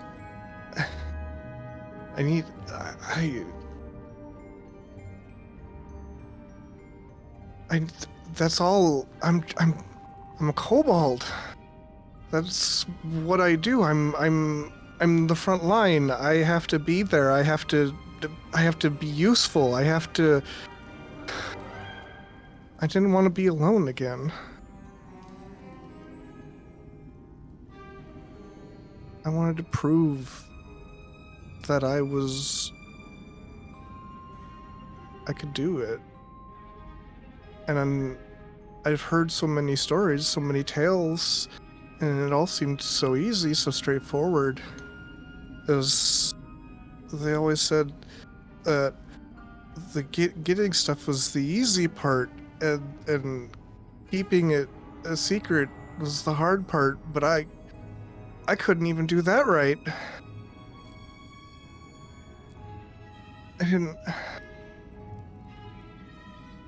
I just wanted to be useful again.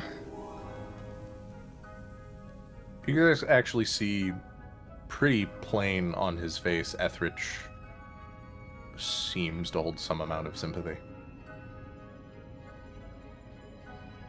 And he kind of nods. If I can't be useful, you'll have no use for me anymore. That's not true. At what point have any of us said you were not useful?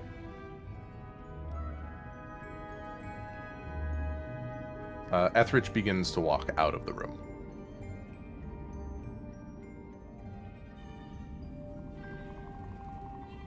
I'm keeping a mental note on that guy. Does anyone have anything to say to him before he leaves? I got a few things. I'm going to keep them to myself, though, because I don't want us to go up with a fireball. You guys want to, like, just beat the shit out of that guy right now? Do you have a whole person prepared? Do you want to just, like, go to town? I promise you, dude. Because we can talk about that later. We can talk about Mutters that under later. my breath. I think that's realistically, like, the first I step back outwardly into a hostile NPC. I step back into a silence bubble and just go, fuck you! Like, you think you step into a silence bubble, No, but you no. dispelled them. Oh my god. I don't if I knew that. It would I be thought he only funny, dispelled though. the one on me. No, he dispelled them all. Okay. I think it would be really funny if you stepped into what you thought was still a silence bubble and just went, fuck you! No, I don't. Well, like theoretically, what are the implications if like he just vanished? What, the wizard? Uh-huh. Like you killed him?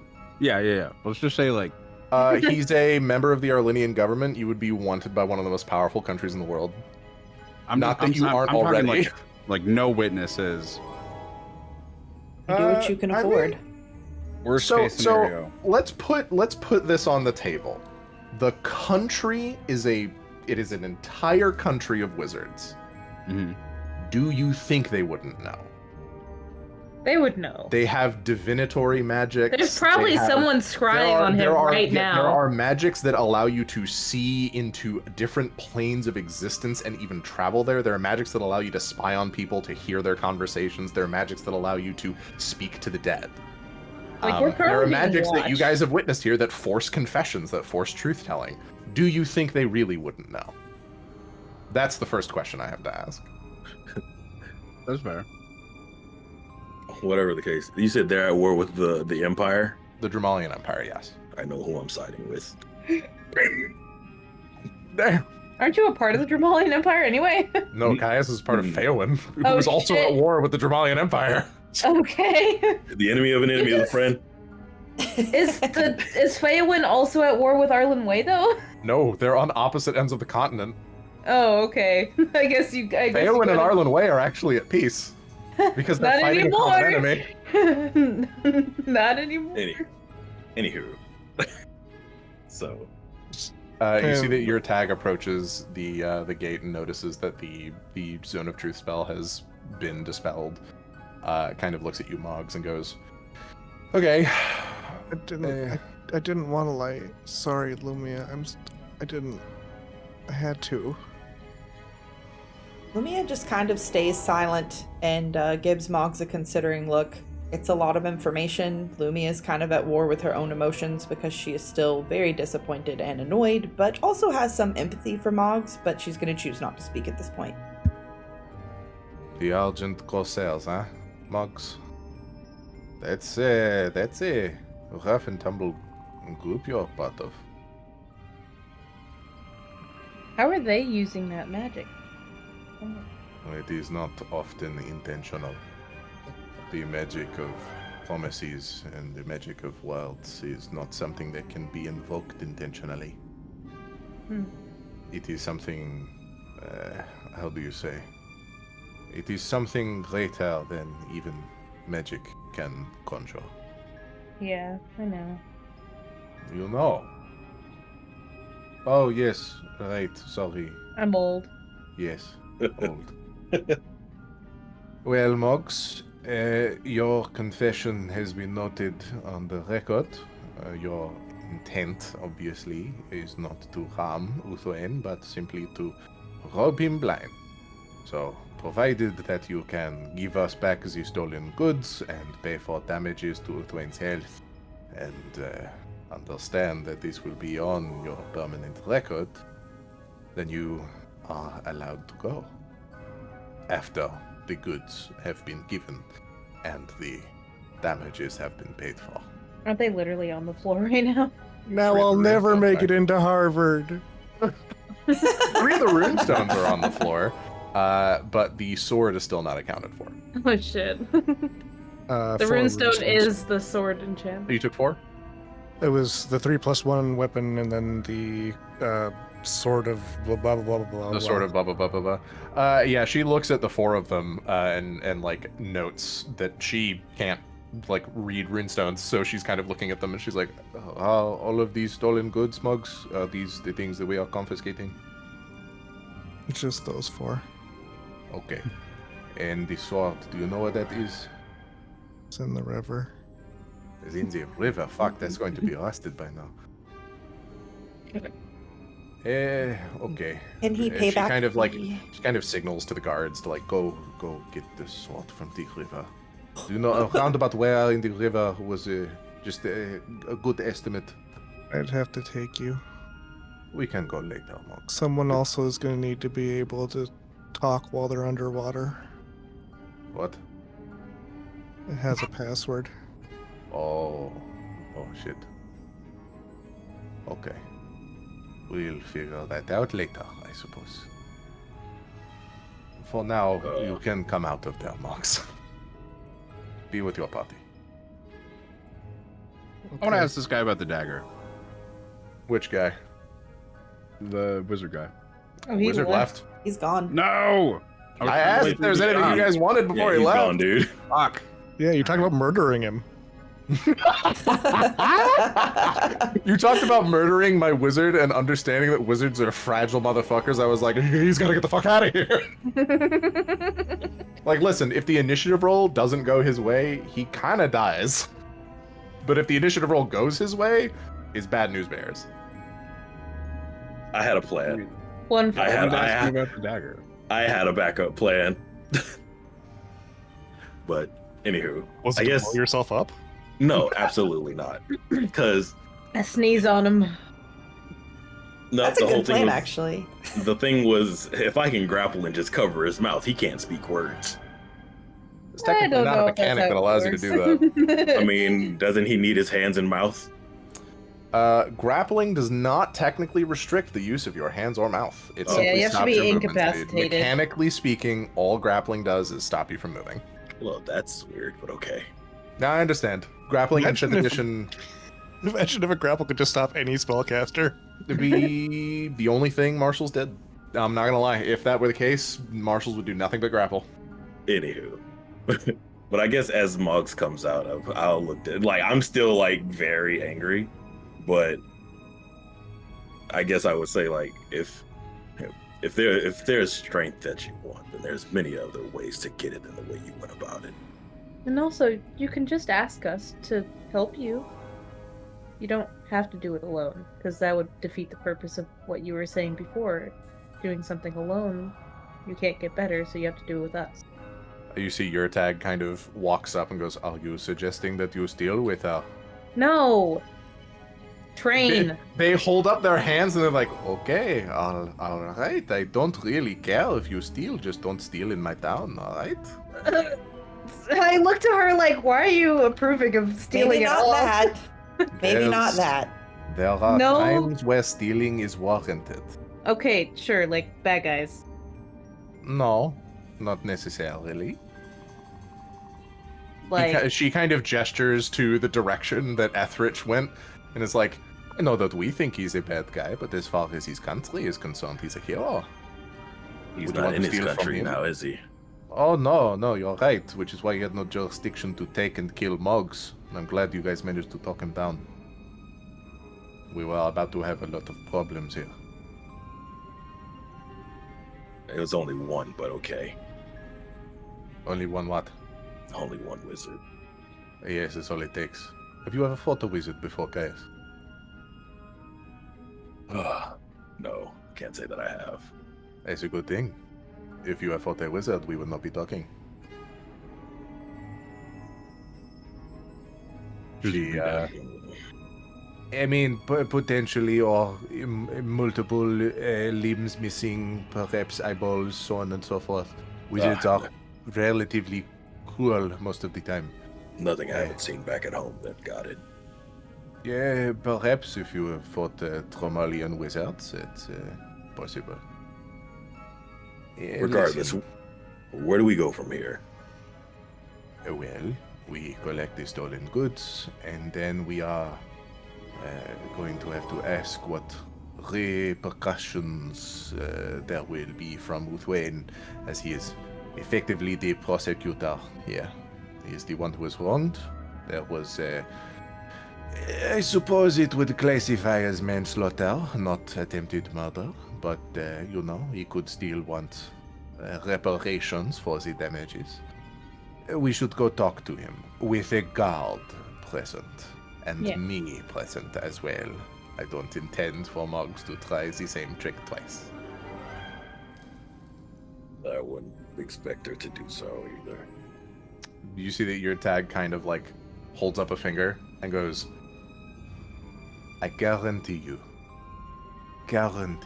in your time as road wardens, you are all going to ask for Mogs to do this again at some point. You will see what I mean when the time comes. You will be very grateful that one of you is willing to get their hands dirty like this. Come on, let's go see your twin. And you see that she starts to take you guys to Thwain's place. Okay, Can we okay. take a break? Absolutely, if you guys want to. This has been about 2 hours. Then we resume where we left off. Is there anything anyone wants to talk about on their way to Uthwain's place? Or are we Billy's good? quiet. Okay. All right. I assume most of you guys would be caught in introspection, but I figured I'd toss the question out there. I think Lumia will speak up to say to Mogs, like, Mogs, I understand that you've been through a lot, and I hope that you know that we would never abandon you just because you weren't strong. That's not necessarily the value that we see in you. However, we do need to have a conversation later about what represents acceptable behavior in this world. Okay.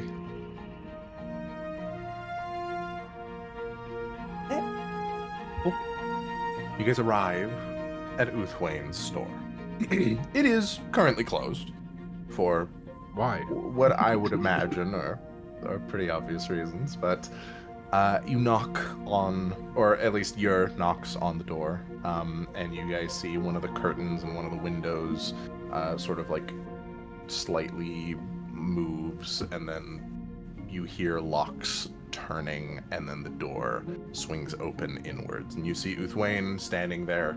He doesn't look great. He looks like he's alive. He's walking around without any supports or anything like that, but he definitely looks like he's tired. His eyes are bloodshot. As much as a tabaxi, a person covered in fur, can, he's got dark circles under his eyes, and he looks like he's probably been sweating. He's coming down off of a very serious high that is from a drug that his body couldn't actually handle. So he isn't doing great, and looks up at all of you and sort of goes like, your tag, it's a pleasure to see you. To what do I owe the visit? And you see that your tag sort of gestures to you, Mogs, and Get a better body! No, I don't say that. gestures to you, Mogs, and says, "Hey, Mogs, if you would be so kind as to inform the man of who you are and why it's relevant to him." I was here earlier. And I think I'll just hold out I have the stones, I'm assuming. Yeah, right the now. stones. Yeah. You see that Uthwain kind of like looks down at you and squints, and then sees the runestones. And where there may have been a man that acted to defend the wares that he had previously, and where there may have been a man who actively tried to impede you before, all of you see a weary elderly man who takes care of 2 orphan children already look down at Mogs and see can runestones. Chew the sword later, probably. It's in the river at the moment. I'm not sure how I'm gonna say the password, but I can figure it out probably. He takes the runestones and holds them up, and then sees the runestone that had taken the enchantment from the sword, and kind of like turns it over in his hands, and he goes, "You know, my brother talks big game about being a family man and all that, but he didn't even visit. Did you know that?" Oh. What a No, I jerk. just got here. I mean, sure, but as far as I'm aware, he's already jumped town. He doesn't really care that much. Oh, it was Well. more an affront to his honor, I suppose.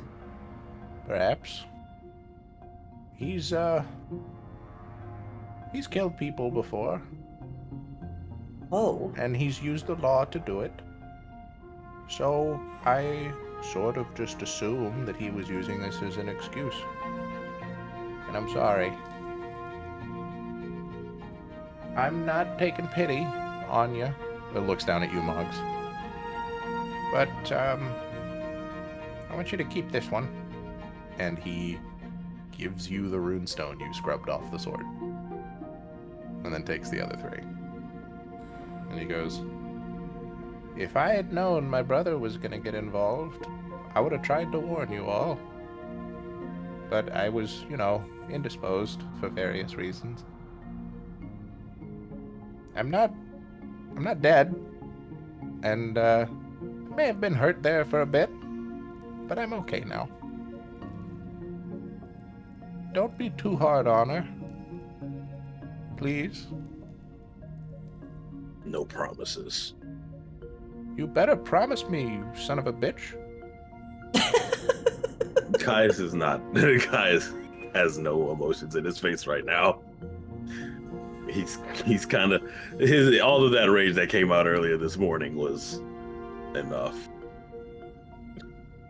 Everyone loses their way from time to time. I'm sure that if Mogs can prove themselves, they can come back into good graces, the same as anyone else in this party could. You see that he regards the wrench that you have, Mogs, and he acknowledges silently the fact that you could have used that. Obviously, doesn't really seem to be letting you guys in. He's like standing in the doorway. He's like, "Yep, you're not allowed in." But what was told to you previously was that the weapons were given to him basically by the Arlinian government, which you kind of imagine is part of why he's so okay with just letting this runestone go. He didn't pay for it. And based on the relationship that you're interpreting between Uthwain and Ethrich, it's probably not a kind one. So this might be some form of an act of rebellion on Uthwain's part in some capacity. Looks down at you, Mogs, and goes, "Don't ever come back here, Mogs. If I see you again, I'll kill you, all right? I'll kill you. I will. I promise you that. These old bones ain't meant for fighting, but that dagger in there's a hell of a thing. And Speaking of that the secret dagger, word for it. Man, where'd you get that thing? My brother? Where'd he get that thing? Fuck if I know. He brought it to me and told me to sell it. Just the one? Yep. Just the one. And the sword. You want the sword too? It's in the river, No, I think. Right? no, It's in the river. No. Are you interested in the dagger? I've been looking for the owner of that dagger. Oh, you saw it. You were here? I You am don't the one remember that things. Caius and I came and we gave you medicine that got you out of your funk. I'll be honest, you guys looked like blobs when I was talking to you. I don't doubt it. You were pretty messed up. If Your I eyes wish look I like could dinner help plates. you more about where that dagger came from, but all I can tell you is my brother probably knows. If I that get guy. you your sword back, could we trade so that Harvey can look at the dagger? So it's not that dagger specifically, but I have a feeling that it might be a part of a set. Okay. I would be fine with that, Mogs. If you could retrieve the sword and, pop the rune back on it, I'd actually be more than okay with giving the dagger instead of the We sword. can pay you for the dagger. You don't... We'll see I about want to pay you for the dagger. Oh my God, Harvey's rich. Harvey's rich. I want Mogs to pay you for the dagger. Harvey, if I could do that, we wouldn't be here. You see that We'll just Uthwain have kind to of save nods and is up. like, yep. It's not necessary for me to take possession of the dagger itself. I have a drawing of it. I have some information. I'm just trying to follow I'll up strike on, you a on that deal information. for it. It's actually perfectly fine. The dagger itself's not really the important part. It's the enchantment on the dagger. If we could scrub the enchantment off, I'd be fine with giving you the damn thing. What, with like soap or what? Rune stones. No, Fuck. how do we do that? We can get some do rune that. stones. Yeah. Billy's Mogs, actually laughing. Yeah, I can do that. You ever used a rune stone before, son? Looking at you. I have not. Well, I mean, here's your chance to try. You see that he points all kind of my like fingers at him. You what? I'm pointing all my fingers at him, trying to. Go and roll a d20. Oh.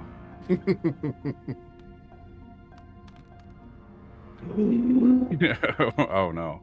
It's not a natural 20. You're fine. Oh, You don't blow him up with your mind. I almost multi-classed. You almost blew that guy up with your mind. Right back to prison. You're kind of He'll just get like off. He'll get off. just starts walking back to the prison. Yeah. Somebody call the wizard back. He performs an interrogation on you and goes like, "Did you fucking blow up my brother, Didn't even get home yet. dude?" No, he lets you inside, and he says the password for the dagger and then sets it on the table.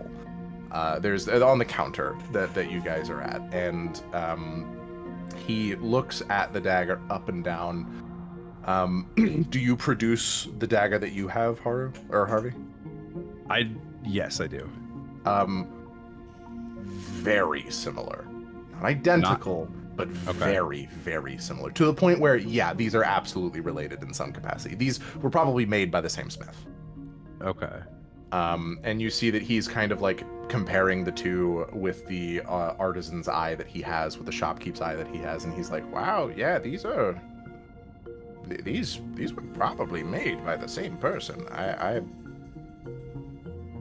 I would absolutely be fine with scrubbing the enchantment off of the dagger in order to part ways with the dagger itself, as the blade holds no significance to me. Okay. If So you could- is if you there could like supply the is there a rune stones. visible difference between the two because one of them's enchanted, or can you just tell? You can just feel the other one's enchanted.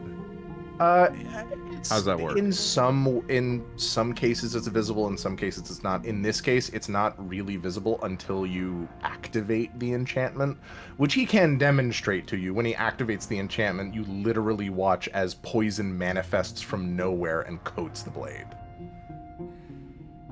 That's scary. He nods and he's like, "Yep, it's part of why I didn't ask my brother where he got it. I don't really want to know who would use this type of weapon." Looks down at Mogs and goes like, "The alarm to this one went off. You tried to grab this one first, didn't you, Mogs? Yeah. Were you planning on killing someone?" No, I was just trying to be stronger. Kind of tilts his head. He's like, yeah, I suppose this would do it. But, you know, if you're gonna steal from someone, make it someone that deserves it next time, okay? I didn't deserve that." He speaks for himself. He's like, "I didn't deserve that. Those poor paupers sitting here trying to sell this shit. You should steal from my brother. I mean, it'd put you in my good graces." If you happen to see him, could you ask him about the dagger and see if maybe he would be willing to like Hell yeah. discuss where he got it? Sure. I mean, he is a wizard. If he decides that he wants to visit his old poor brother over here, then yeah, absolutely. I mean, if I could persuade him to do it, I might even get him to cast Sending, targeting you, which is to say 25 words of information. All right, and then give him a solid forearm shiver for me. A what? And then I never mind. I was gonna demonstrate. I want to demonstrate a forearm shiver on Caius. Okay. Don't touch me. Nope, it's too Damn. late. He's in a mood. I wouldn't. Is he a porcupine? Do you have any empty runes? Back in I bag? wish I did, but no, I don't. Okay. Do you? The last one I had turned into this. It's the sword rune. Well, do you have? Nope, that wouldn't do it. Well, listen. Keep a lookout for the runes, and if you guys can come back with them, then I will very gladly part ways with this dagger. We'll need 2 rune stones. One to get the base enchantment off of this, and then one to get the poison one off. And how much is it? For a rune stone? No. Just the the dagger itself. I will give it to you. Oh no, I meant like if we don't take off the enchantments, how much would you be willing to sell it for? If 3,000 gold. All right. I know. Opens up my bag and a little fly comes out. Yeah. One of those numbers where it's like, you see, that's. I tried telling him 3,000 gold. Not gonna cut it here. People don't have that kind of money here. Mm-mm. It was bound to happen. This was bound to happen. People can't afford it, and what do people do when they can't afford things? Not buy them. They steal them. No. I didn't say that. Yeah, you did. I just heard you say it. Wait a minute.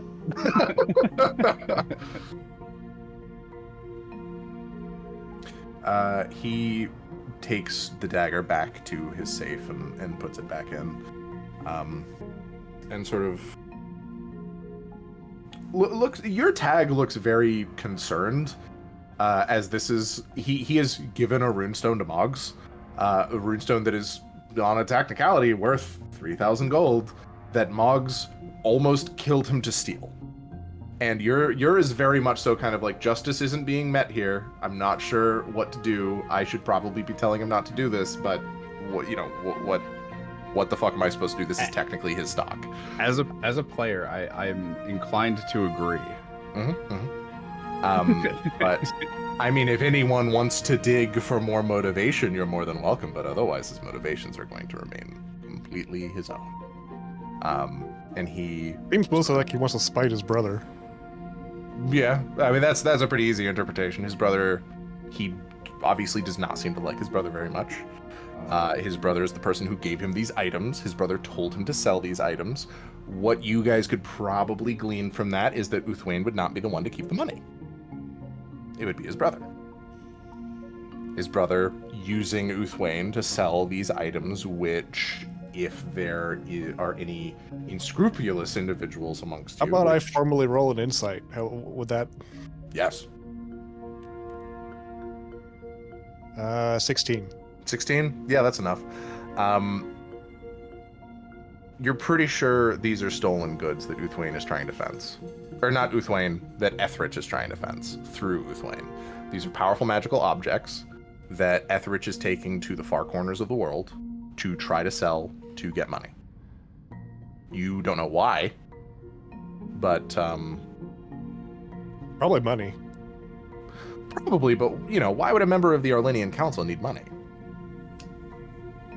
Right. So there's a conspiracy for you guys to unravel at a later date.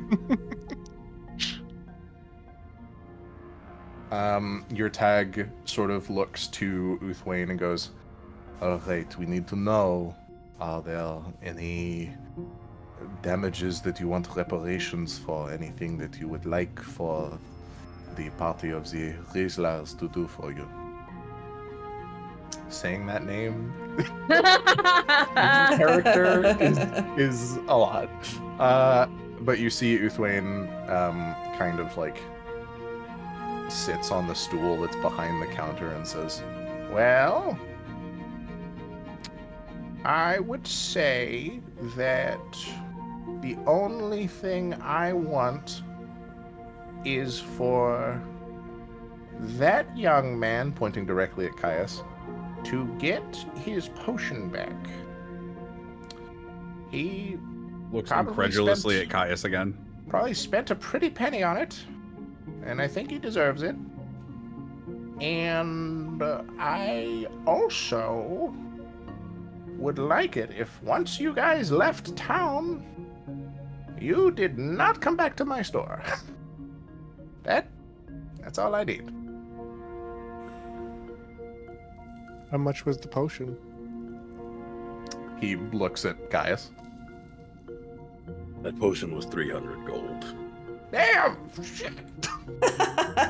Spent 300 gold on an old man? I believe your life is worth way more than 300 gold, old man. I mean, maybe like 150. Look here. He's got a shit-eating grin. I was about to say, are you upset that you're alive right now or not? No. Then if that's the case, stop complaining. What if I was upset? What would you say? Well, too bad you're alive. Damn. You're a cold motherfucker. Mogs will hand Caius 300 gold. Oh my god! And you see Uthwain then holds up his hands and he's like, reparations have been met, except for the second one, which, the condition hasn't been set yet, but once you guys leave town, you're welcome to come back here to get the runestone, the dagger, so on and so forth, but after that... Are you telling us all to not come back here? I mean, mostly just Marks, but I'll admit that I'll probably grab the shotgun under the counter if I see any of you walk in, just by association. Lovely. Great. How fun. Shotguns? Yeah, they're very fun. You see that your tag kind of nods and says, thank you for your time, Uthwain. We will be going now. And she steps out.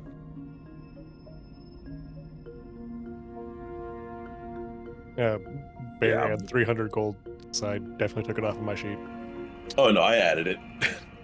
Beautiful. You guys step back out into the wider world of Zalam, and your walks back to the Road Warden office. It is back to your guys' game. What would you like to do? Let's go back to the board. Let's go home, guys. I'll spawn all of you in. Oh, Riz is back here! Yay! Yay! Rizzler! More. I just see everybody vanishing in front of my eyes. There we go. Oh God, where's? Hold on, I need to spawn something in. There we go. What? There we go. Okay. You guys are seeing it is a busy early noon, late morning in Zalam. What do you guys do?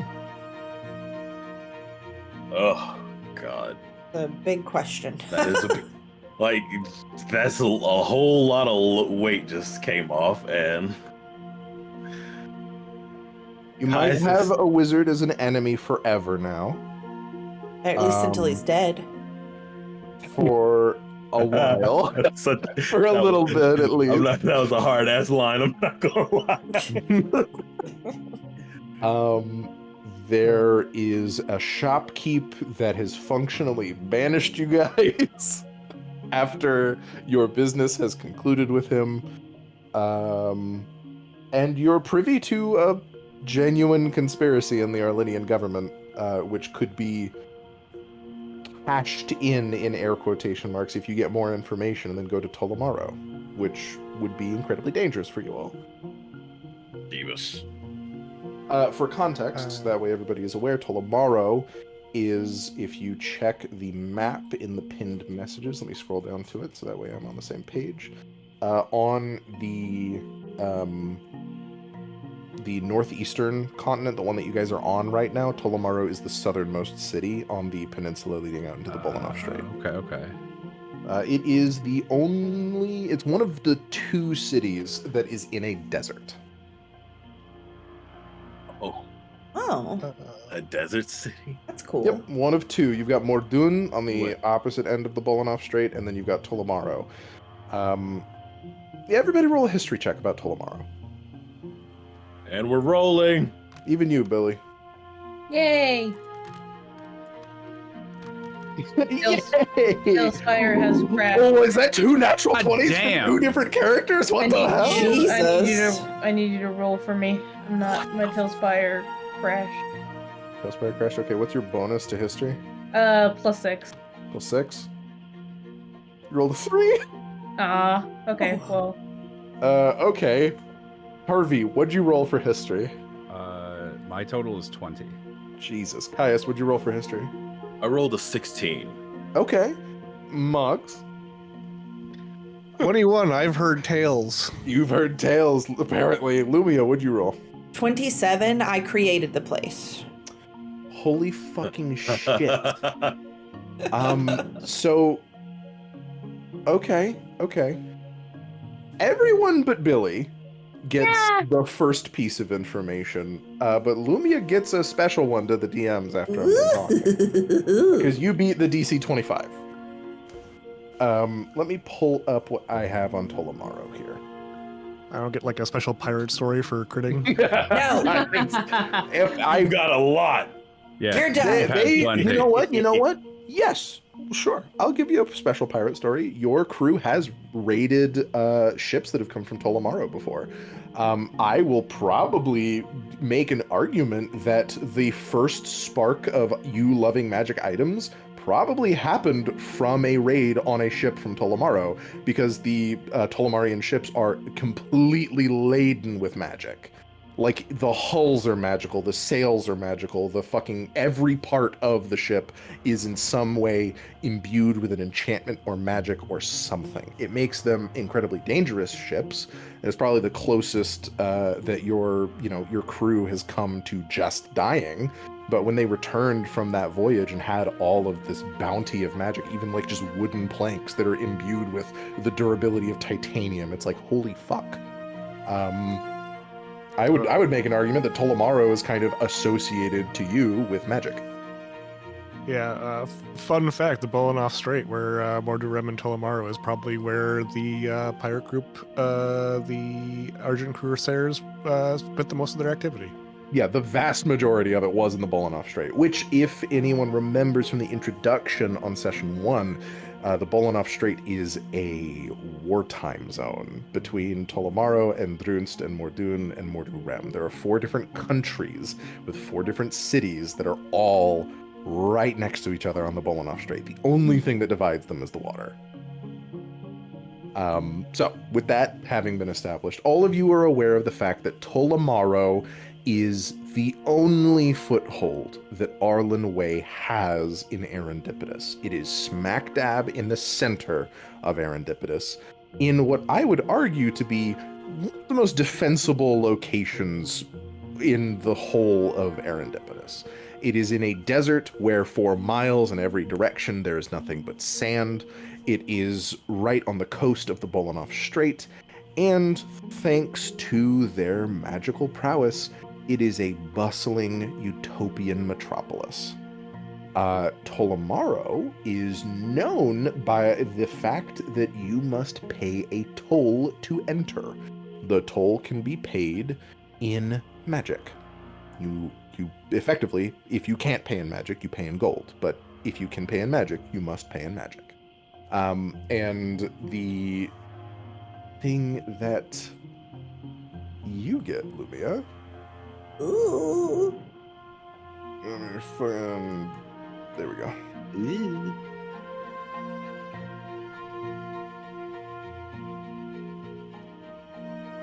Big money, my real dad's there. Big money, my real dad's there. I'm kidding. What? That sounds really far. If we're even allowed there after our encounter with that wizard. We can go wherever we please. We just might have to deal with the consequences of going somewhere. I want to box this goddamn wizard up so bad. You know, I like his shitty attitude. I think he's interesting. You would. I mean, I would. Don't get me wrong. He's interesting, but the statement still stands. I want to box. Oh god. Muscle for dude. Brains actually fucking sent me. I had to mute because I was like, oh my god.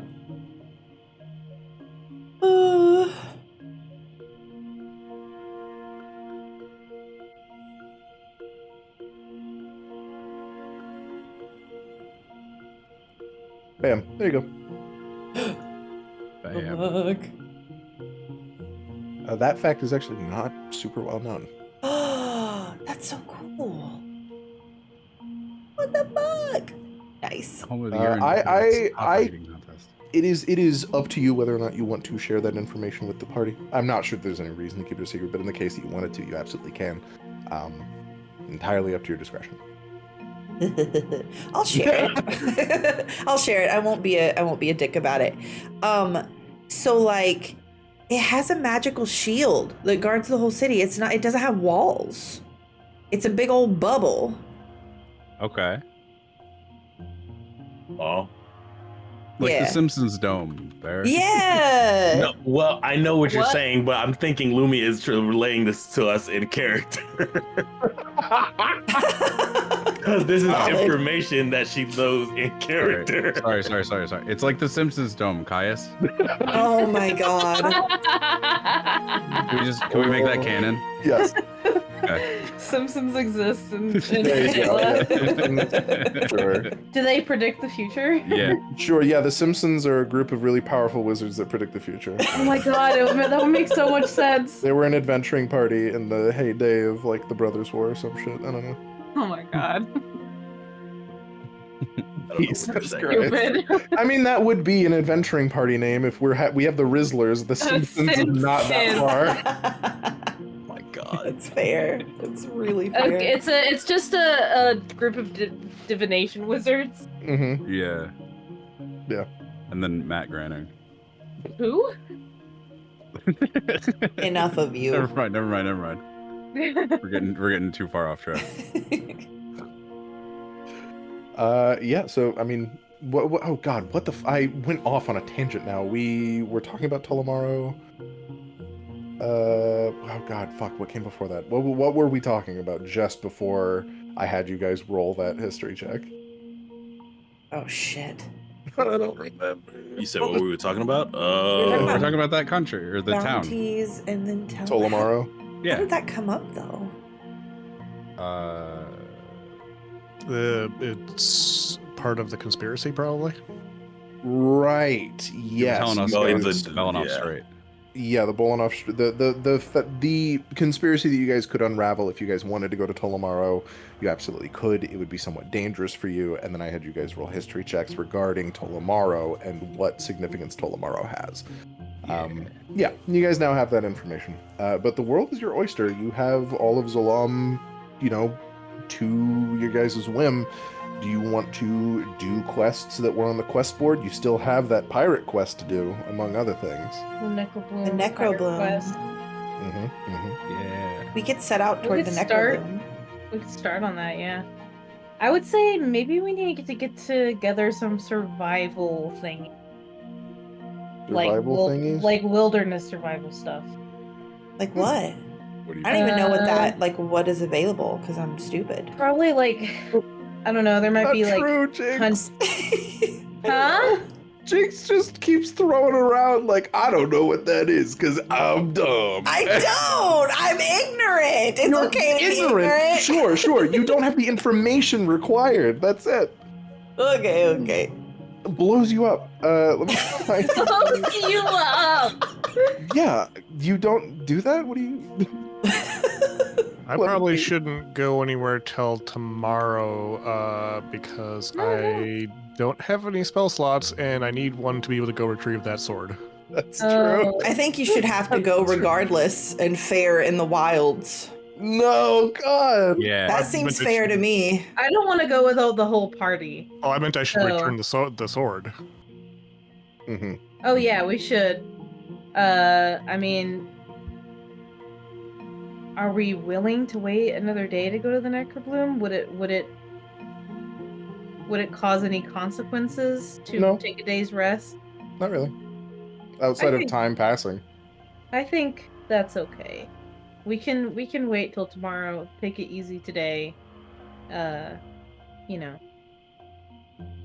I'm going to ask real quick for a couple of relevant proficiencies. Does anyone here have proficiency with an herbalism kit? Oh, I didn't even know that was a thing. Me either. No. All right.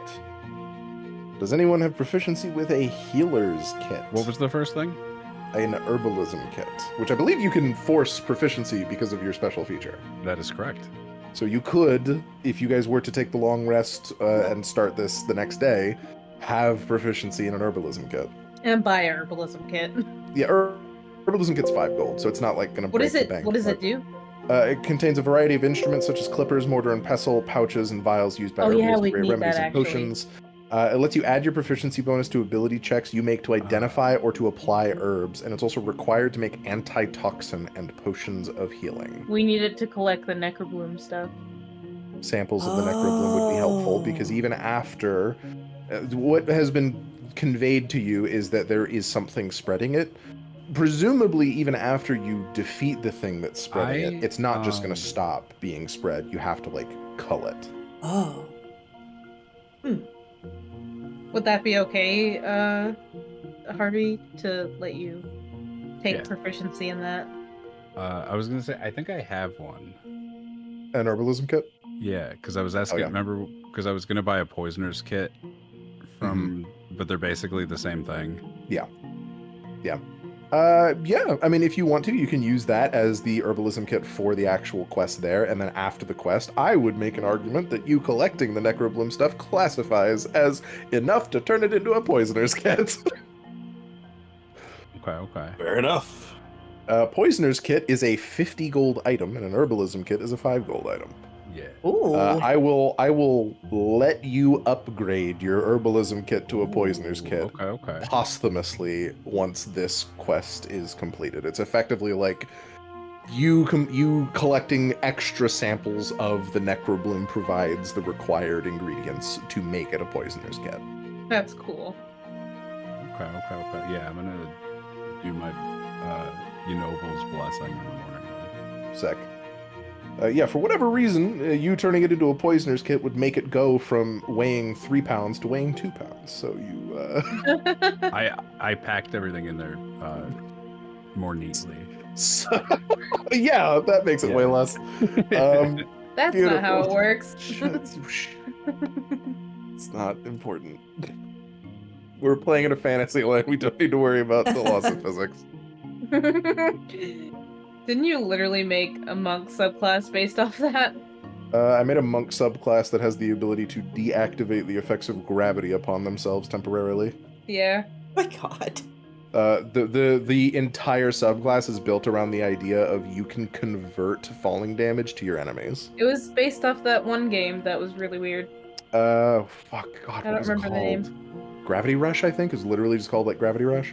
There's a game where you can turn off gravity, and that's a mechanic in the game, and you just start fucking flying up into the sky and spinning around and shit. Yeah, Gravity Rush. Gravity Rush is a crazy game.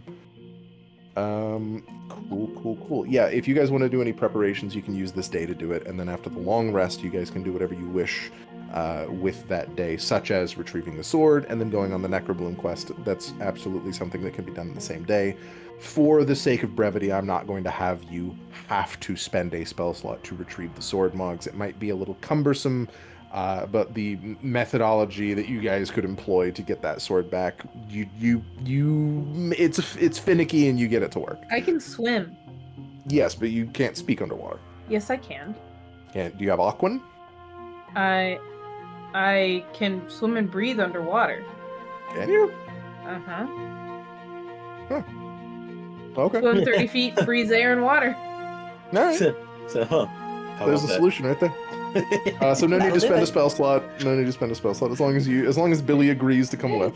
Well, that's good because I Yeah. just realized that air bubble is a second level spell, and I don't have that. Yeah. Is everyone okay with cutting to you guys beginning the necrobloom quest? Obviously, assuming Hell Mogs yes. and Billy have retrieved the sword. I just want y'all to know that I probably know this woman can't help define what my disease is, but I totally want to make a potion based off of it. You want a disease potion.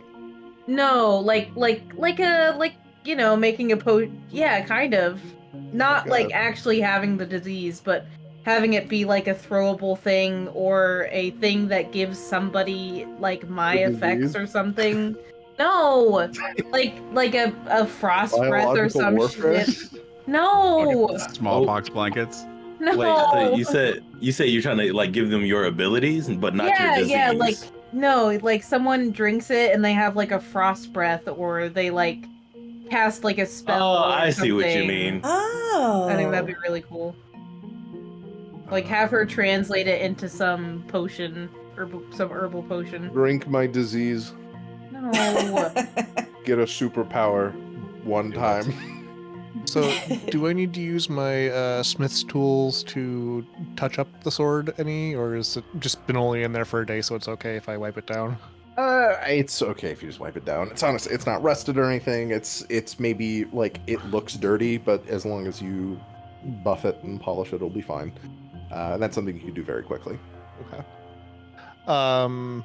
So I will reapply the enchantment to it and then bring it back to the store. But I will propose just 1-for-1ing it with the dagger so that he can still have the 3,000 gold, and I can get the dagger so that if Harvey wants to look at it and compare it or whatever, he can have that. He makes the trade. Okay. Doesn't even hesitate. Hands the dagger, and then honestly gives you a couple paps on the top of the head. And he goes like, all right. Wait, so Don't let me catch you here again, Mogs. Mogs gave back the enchantment for the sword, took the Gave dagger. the sword with the enchantment on it in exchange for the dagger, which is already the thing that Mogs wanted anyways. I see. And this is I think it is literally just the Dagger of Venom. Yeah. Venom, just to keep everybody up on what the Dagger of Venom is.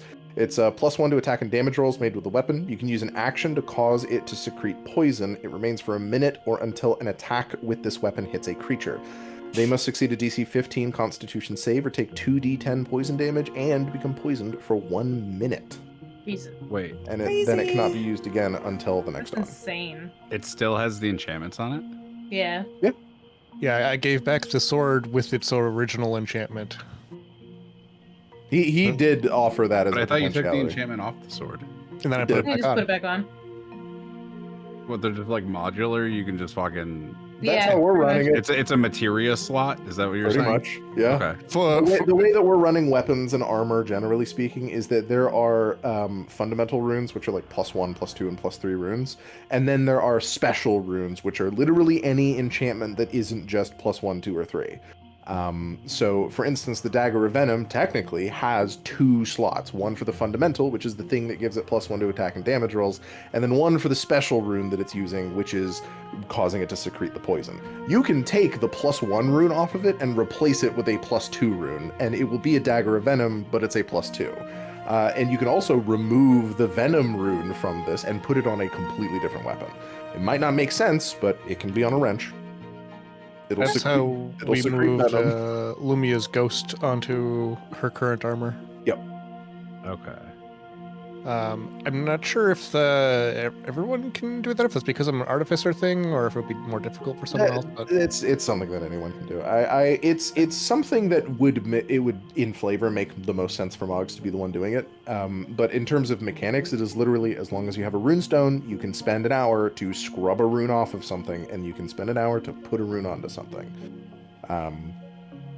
Or I don't know if I think we made it wishy-washy during the heist, but it's supposed to take an hour to scrub something. It's supposed to take an hour to put it on.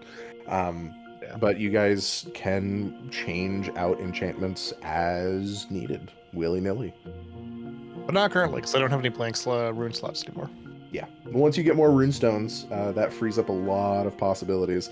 So if you guys come across an item and you're like, wow, we really like this item, it's a shame it weighs 200 pounds, you can just scrub it with a runestone and get the enchantment. Before we head out, can I do 2 things real quick? Absolutely. Good. Do you want to put your bonus to initiative on someone? Well, that is one. Thanks for spoiling it. No, I'm just kidding. I'm gonna walk over to Caius and, I don't know, use my thumb to draw the shape of a moon and say, morning bless you. He's gonna get vigilant blessing. You flick his forehead. Yeah, for good measure. And then I'm gonna touch my chest plate and ask Xirathrian, would you like to go on an adventure? He does not manifest in his entirety. He manifests in his spectral form and does a sort of curt, astute bow and says, "For you, my lady, anything." Oh, I like the sound of that. Let's Who's go. this guy again? What? This guy? It's Xirathrian, Caius. I'm Sir Xirathrian. We fought together. Imagining just his head poking out of The your lap. He is kind of like a floating torso. Am I able to like see through this guy? Yeah, 100%. Wait, is that a ghost? I will shank you. Stop it. Let me have fun. He looks like the type of guy. He looks to you, Harvey, as you say that. He looks like the type of guy where any type of sarcasm or jokes go straight over his fucking head. So he looks at you and goes like, "Yes. Well, technically, I'm a spirit." Nothing goes over my head. My reflexes are too fast. You're so short.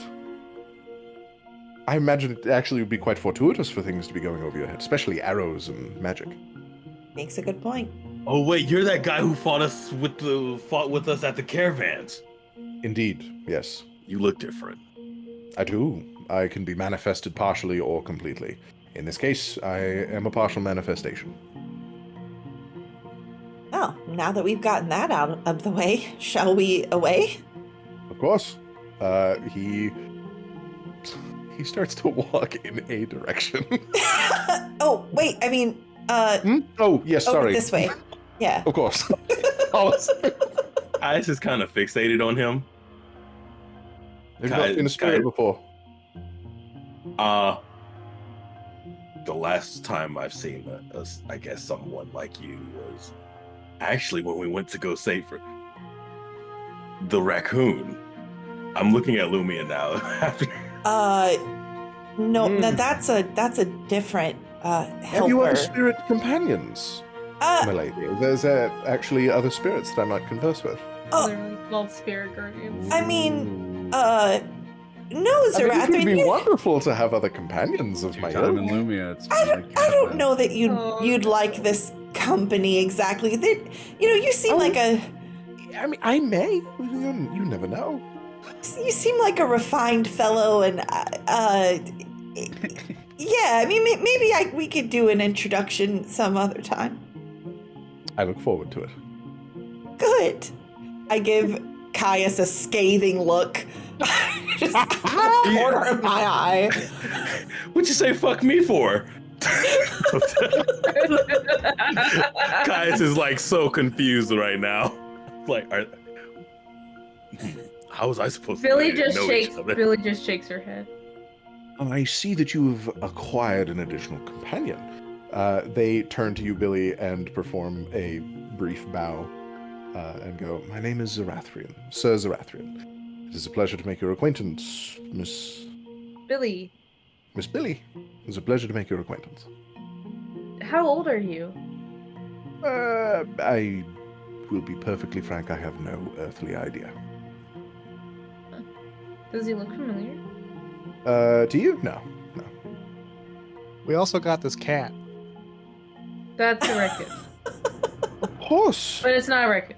It's a elf man. Yeah, you do see that Riz kind of like I crosses corrected his little myself. raccoon arms and pouts when you say he's a raccoon.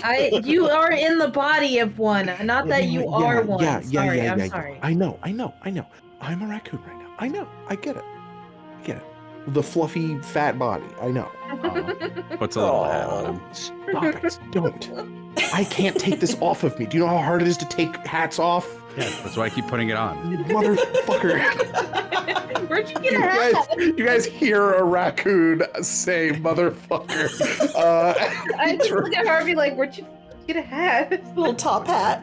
He honestly kind of does do the cat thing where when you put something on like when you put one of those hats that have the straps that go under the chin on a cat, they kind of just like whip their head back and forth. He kind of does start walking doing that. backwards and Yeah, shaking. he is kind of just like, get this shit off me. Get I it off. take it off him. He's already got a permanent ink stain. We don't need to add more. It's permanent. He turns. He's like, oh my god. Where's he got an ink stain? He does have a permanent ink stain all down his back from when he used the spell, or he used the magic item from Harvey that allows him to write with his paw. Oh no. He scratched the back of his ear and bled ink all over Illuminator's himself. needle. Yeah. Yeah. Whatever was the Illuminator's tattoo, I think. Is it at least sick and not like it's not black ink? It's like It's like a glowy, sweet cool tribal ink? design. It is completely black in a straight line. Oh. It looks unnatural. Less It looks fun. it looks like someone painted a racing stripe, but only on one side. Oh no. Can we make it even? He No. holds up his hands. He's like, no, We can't. Okay. no, no. He's Don't. faster on one side. What? What are you talking about? Faster? He looks at it and he's like, I mean, I look more aerodynamic, but I'm not, right? He's seeing if he Have can you apply tried? it more. Have you No, I suppose I haven't. I don't know what it would mean for one side of me to be faster. I guess you should try to run. He runs, but he is a raccoon, so he has like a speed of 15 feet. Oh. So you guys see this fat little raccoon body hopping around. He does like a little loop and then comes back and he's like, how did I do? Was I You're fast? so much faster. So much faster. Oh, Wow, that was okay. really impressive, actually. Why are you lying to him? Shut up, Caius. If he was painted, he would have gotten 1 inch faster. 1 inch faster. It's like the miles per hour that he was traveling was already only like 5, and then he travels 5.001. Everybody do Buzz. a race with Riz and let him win. Do orcs still have that rule, by the way? Yeah. I think so. In 40k orcs do. I crushed him. I crushed him in the race. He Yeah, lost. you crushed him. You destroy. You guys. suck. You guys say like Harvey volunteers like I'll have a race with Riz, and then Harvey uses the fact they have cunning action and they can dash twice in a turn to be a rocket and go like. We're like heading towards the necropole You wanna see me area run to while that we're doing mountain? this. Want to see me You do see it me doing again? Except like Harvey actually went to the mountain. Harvey actually did go there and then came back. Oh my god. I mean, Riz is kind of like, yeah, that You said- checks out. Oh, we're doing this on the way to the quest, right? Yeah, I feel like I mean, we're while you doing this guys on the way. are on the way there, you can. There's room for this type of stuff while you guys are on the way. It's the open road. It's not Yeah. something that's like really restricted. So I if you want to guys run want to, around holding him up in the air so he could like hold his arms out. oh I god, feel like he's fast. I feel all of the fat in my body going to the bottom part of me. Oh, I feel like a flail. This is like the dog thing when they're over a water Oh or my a breeze. Yeah. He starts to like try to wiggle out of your grasp. He's like, okay, put me down. Okay. Thank you. Oh goodness. Throws up a little bit. Yeah, a little bit. He looks up to Xirathrian and he goes like, Lumia, why do you have a golden boy? What? It's like SpongeBob caveman meme. Xirathrian looks down at him and then looks back up to Lumia. He goes like, I mean, I suppose she found the armor that I was imbued within. I'm Xirathrian. And Riz looks up and goes like, I'm Riz. There's a long silence. And Xirathrian goes, why can you talk? They have a very brief small talk conversation with the stuff that you guys have already established between yourselves and Riz. But Riz explains the situation to Xirathrian. Oh god, dude. And I'll say you guys actually do glean some information from Xirathrian as well. Riz mentions that he was a member of a nobleman family before he became a raccoon and was functionally declared dead. And Xirathrian kind of like nods and goes like, oh, this is actually remarkably similar to what happened to me. I didn't turn into an animal, of course, but this spirit form was something that I actually was holding for quite some time before I was imbued into the armor. I was a nobleman for some time, and, well, it's a long story, and I'm sure that we'll have time to tell it later, but for now it suffices to say that I became what I am now after fighting a ne'er-do-well who wished me ill, and, Oh, well, I was still able to fight them quite fine. Did wait. you win? Did I Did win? you- Yeah. Yes. Well, if you consider, he looks down at himself and he's like, being a part of magical armor winning, then yes. Xirathrian, do you dislike being attached to the armor? It has its perks. I'm certainly not opposed to continuing to aid other adventurers even after my passing. But I will admit, for quite some time there, it was rather lonely. I'm grateful to be able to speak again, as I can't really do that unless I'm summoned manually. Oh, wait, have you passed or are you trapped? Oh, I'm dead. Oh, I've been dead for some time. What happened? My spirits, there are sort of rules that can be bent regarding the wheel and the wheel of reincarnation, stuff of that nature. You know how your spirits are meant to pass on to the wheel of reincarnation, be spun upon it, and then ripped into another body where you can continue as a completely different person. Correct? We're all aware of this? Yes. Caius is dumbfounded.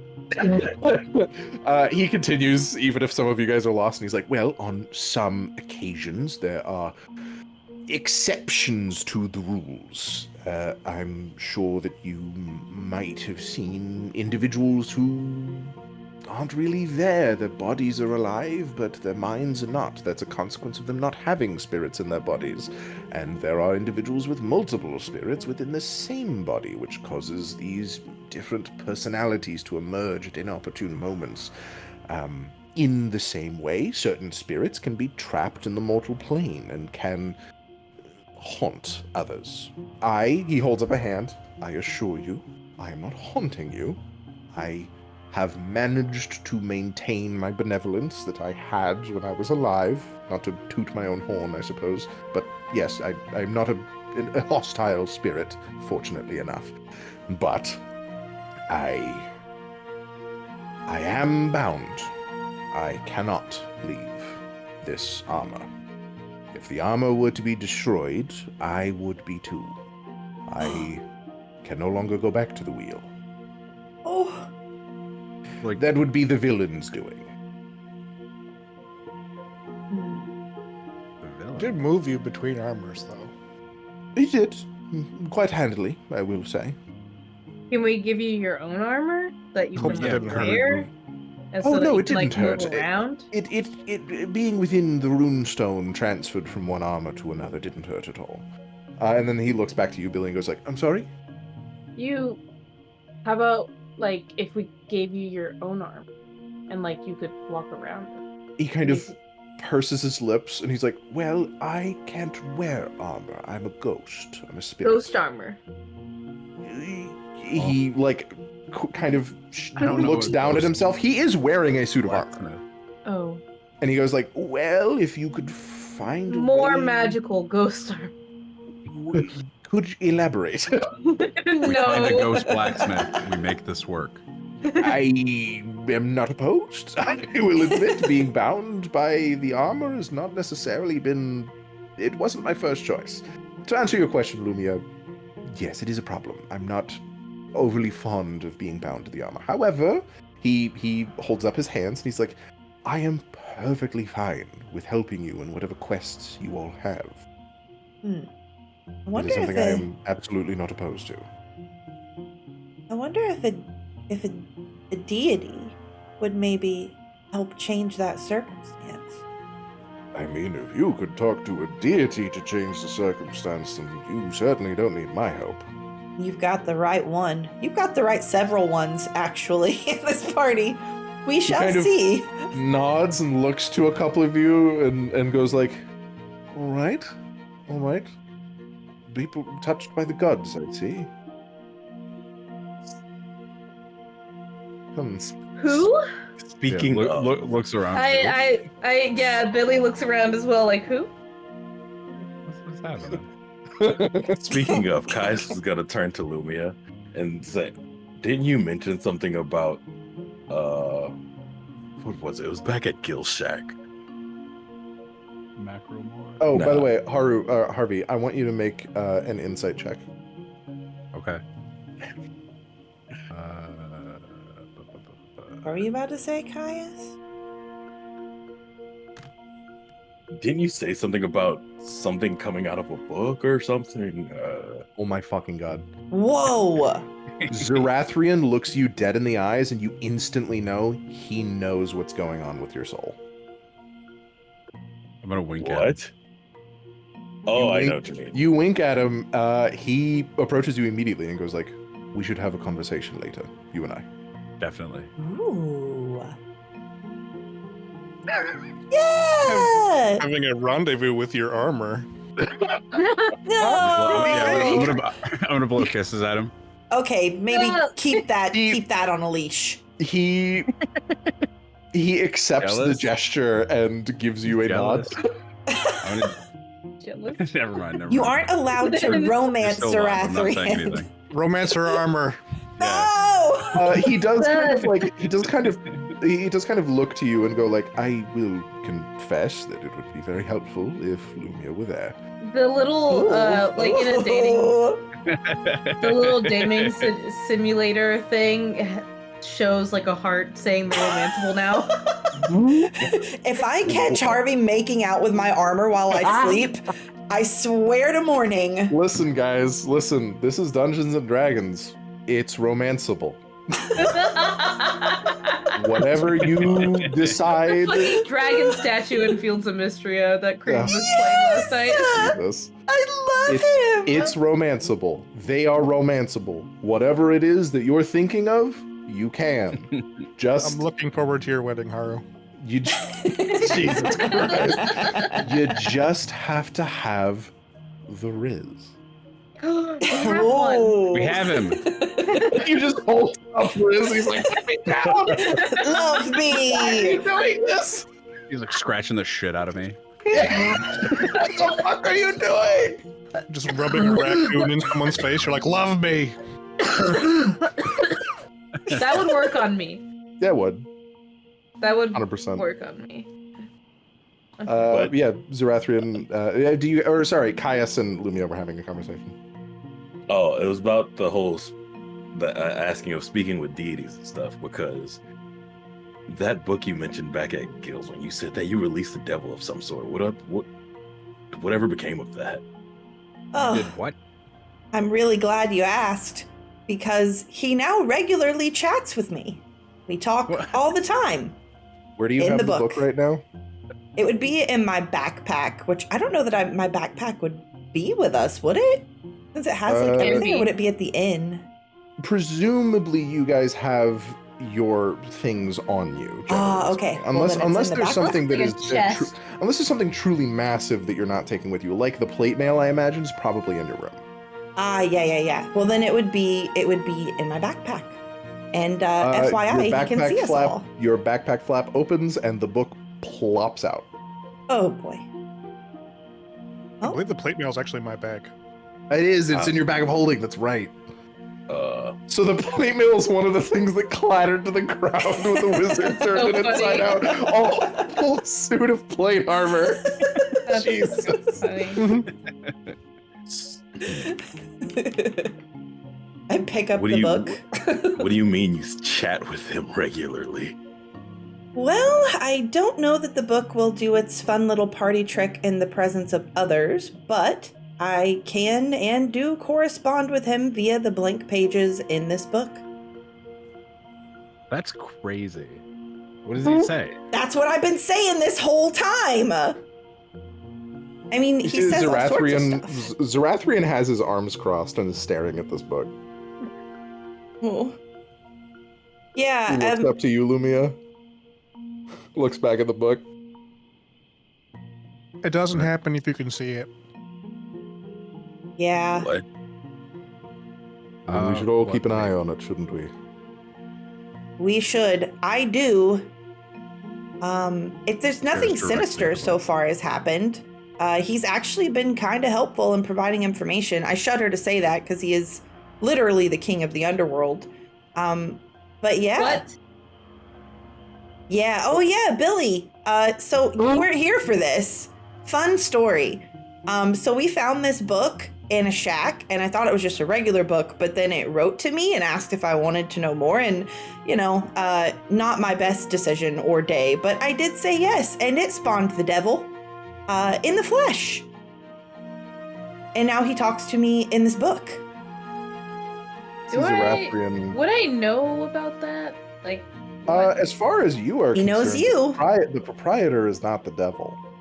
As far as you remember the old devil, not the proprietor. So when she says the devil's in there, you recall that the old devil was someone that would literally raise countrysides and murder thousands. He was the type to actively perform incursions into the mortal plane and pillage and destroy. why do you have that, Lumia? That's really bad. That's pretty cool. I don't know Metal how as hell. cool it is, but at this point, I'm keeping possession of the book so that I can keep tabs on him. I figure if there is going to be any sort of imminent danger, it's better to keep it close than to have it out there where it can walk amongst others and potentially we have no idea what's going on. Is he stuck in there? That I can't really discern. Honestly, I should probably ask. I do know that he always comes when called, but I just figured that's because he's a lazy ass. Did you try Maybe calling he's him doing now? nothing else. Right now? Yeah. Mogs and I have tried this before, and if we open the book and try to speak to him, nothing's really going to happen in the presence of others. I think it's because I'm attuned to it. See Xirathrian pushes up his chin and he goes, "I'm not a person. I'm a magical item." You're a person to me, buddy. Oh! Appreciate that, Xirathrian. Bobby. But we could test it. We could see if I'm allowed to be in this devil's presence. What is his name? That's a good question. I asked him once and he said he didn't remember, so he's called the Proprietor, but you should actually refer to him as Old Man. He told me he really liked that nickname. All right, I will keep that in That's a mind. weird nickname, but okay. Understood. Yeah. He takes it at I'm full aware, face value really. and expects that the proprietor genuinely wants to be called that. Billy looks confused. This paladin's Notably. bonus to insight is like -2. Thinks he will do anything to get her two boyfriends to fight each other. No. I want them to kiss. And then I'm in the middle. I'm like a cute little sandwich. Jeezy, I Actually can't. assembling a reverse harem. Holy I shit. will be screaming. Oh my fucking god. God damn it. I gotta stop handing magical items with boys in them. No. Keep it coming. How will I realize my true power? Look- We look all here, man. need an item with a boy in it now. Look, That's true. somebody's got it. Somebody's got to be winning here. We're already banned from Zalome. Banned from Zalome. Nah, The only Just ran from that shop. one shop.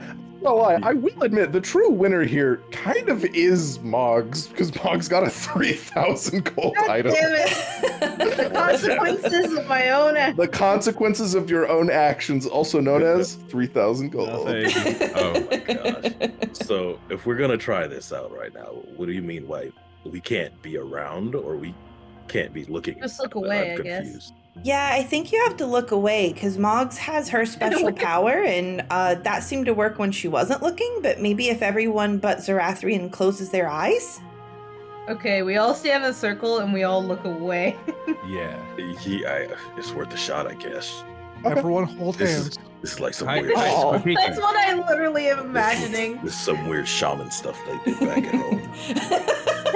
Witch! Sorry, okay. So. Do you say that out loud? No. Caius? No, Caius. I'm sorry. Caius say that out loud? Yes, I do. You see Xirathrian goes, "Oh, you know the shamans."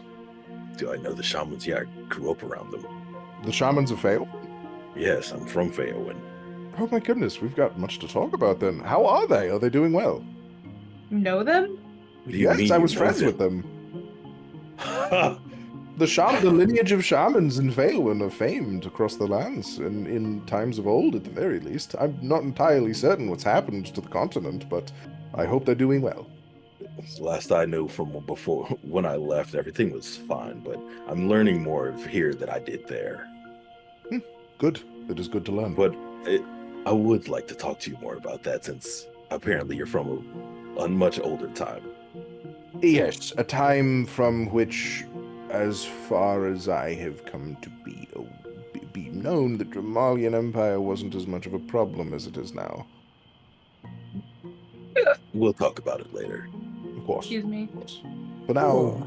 go ahead and avert your gaze. I'll see All if right. we can summon this demon. Okay, so Kai's like pivots around and turn away.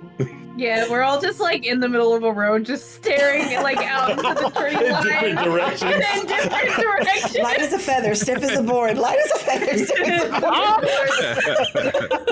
board. Okay, so I'm gonna open the book up to a blank page and say, "Are you there, old man?" There's a delay. Don't start that shit with me. I know you're there.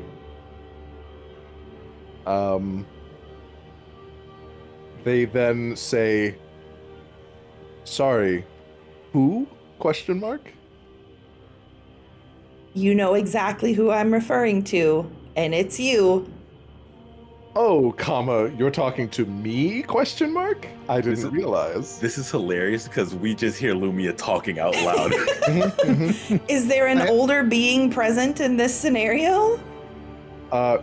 Yes, period. And then an arrow that points towards Billy. Oh, you raise a valid point. You don't call her old woman, do you? Question mark. That would be mean. No, I reserve that privilege for you. Anyway, I have a special friend here that I would like you to meet. I'm gonna usher like you are seeing Xirathrian. over. Xirathrian is able to see. Oh, Xirathrian is staring straight at the page. this is my buddy. He wanted to meet you. And Xirathrian says, "I did. Hello, devil." And they respond, "Hello, paladin. Been dead long?" Question mark. And Xirathrian kind of like looks to you, Lumia, and goes like, "He's got a sense of humor, doesn't he? He likes to think he does. I'm not good with people like that. Me either. What do you want, devil? What do you want from my lady and her party? What are your aims?" And you see the response. So many questions, so little reason to answer them. Oh, come on. I thought you said you would answer things honestly. I thought we were starting to build a rapport here. You and I? Yes. Your boyfriend? No. Boyfriend. Oh, I mean, What does he mean by boyfriend? what? We can't hear that. Yeah, it's not being said out loud, unfortunately. Yeah, I know. I don't. But Xirathrian kind of like does not seem to pay that any mind whatsoever and goes, "Your aims are devilish in nature, as that is what you are, correct?" And you see they respond, "Guilty as charged." And then Xirathrian continues, "As a consequence, we can assume that your aims are evil, correct?" There's a long delay, and the proprietor says, "Sometimes." Xirathrian kind of just holds his hands out to the book and says, "Not sure we should be consorting with him. But I will a witness at the very least." Yeah, you're probably right. Well, while we got this thing open, I have a question, old man. I've never There's properly nothing else. asked. Are you trapped in there? Because I just assumed you were kind of out in the world doing misdeeds, as a devil does. But you seem to be readily available anytime I summon you. And it can't be just because I'm nice. They respond with define trapped. Trapped as in you are unable to freely move throughout this world or plane. You reside inside the book or some other plane.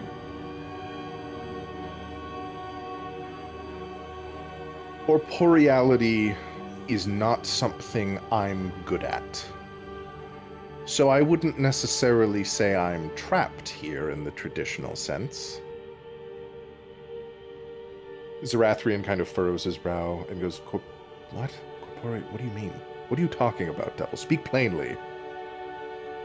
And the proprietor, you see like a little scribble mark, sort of like a cross through his previous sentence, and says, let me dumb it down for him. Oh. There is a moment where you recognize something happening again, Lumia. Oh. The last time it happened, you said his name. There is a man in a suit standing in the middle of the circle of your party. We're not looking. What the fuck?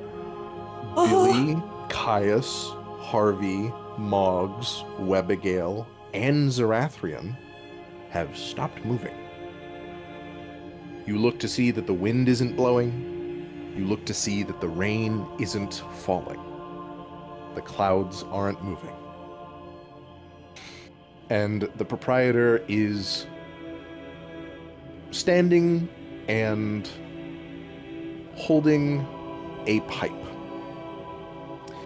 And he lights the pipe with what looks like the tip of a finger and takes a puff and lets some smoke billow out of his mouth before he speaks.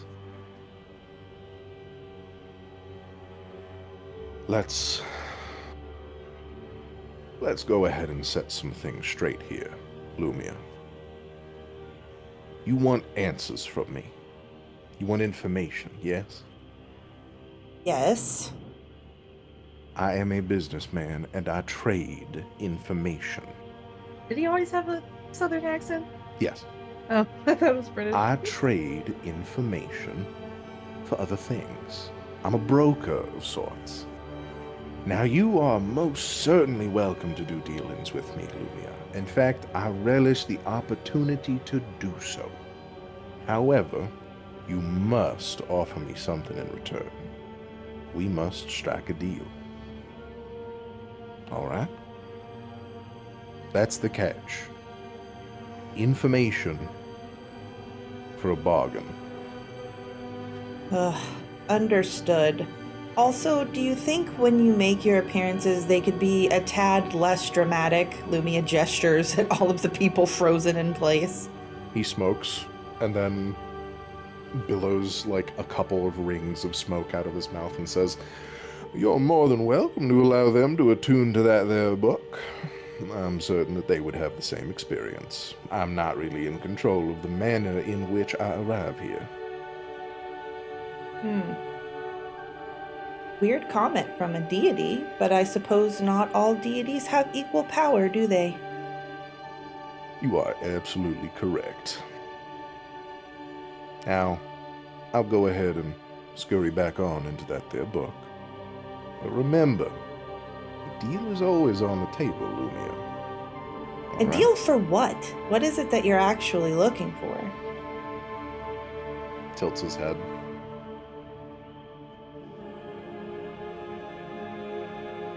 That information's gonna cost you. Oh my, just get back in the book. He smiles, and he gives you kind of like a very loose sort of salute before the rain is continuing to fall, and there are words now on the page that, oh god, what was the thing that he crossed out? Fuck, I'm forgetting. You crossed out something Oh, about it was about his corporeality. corporeality, yeah. He explains that gods aren't bound by the same laws of physics that mortals are. So I'm guessing I know the answer, but I was facing inwards with my eyes closed. But since time stopped, I didn't see anything anyways. Yeah, nothing that you could discern. All right, well, Xirathrian, I hope you enjoyed your tour of the Devil Book. This is where we will be getting off. And I close the book and put it back in my backpack. Everybody, you can turn around and open your eyes. Did it work? Xirathrian gives you all a thumbs up and goes, I could see the words on the book, on the page. I could see them. He is a sassy man.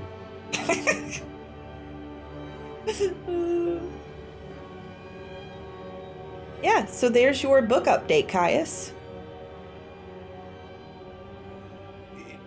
Is there something that happened? What do you mean? I sense a presence that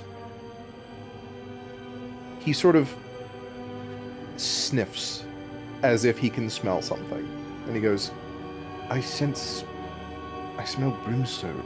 I smell... That was me. No. He holds up a hand. No. I Oh. wouldn't be able to smell that, Bobby. Was he here? Oh, yeah. You know, I've gotten so used to it at this point that it hardly phases me. Perhaps it's trauma, but yes, he was.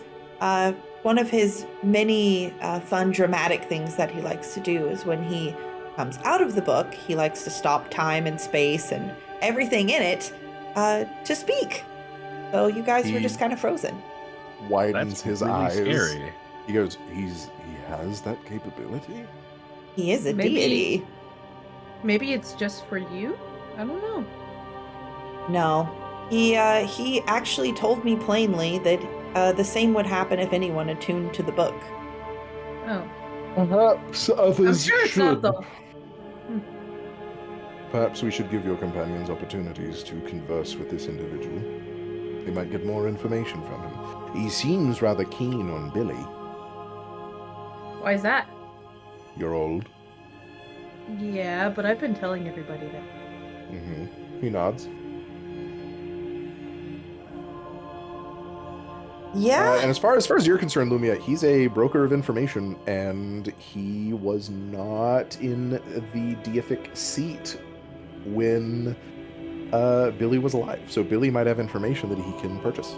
I also just like I still look confused and I go, he doesn't like know me personally, right? Because that would be really weird because I lived at the same time he did. And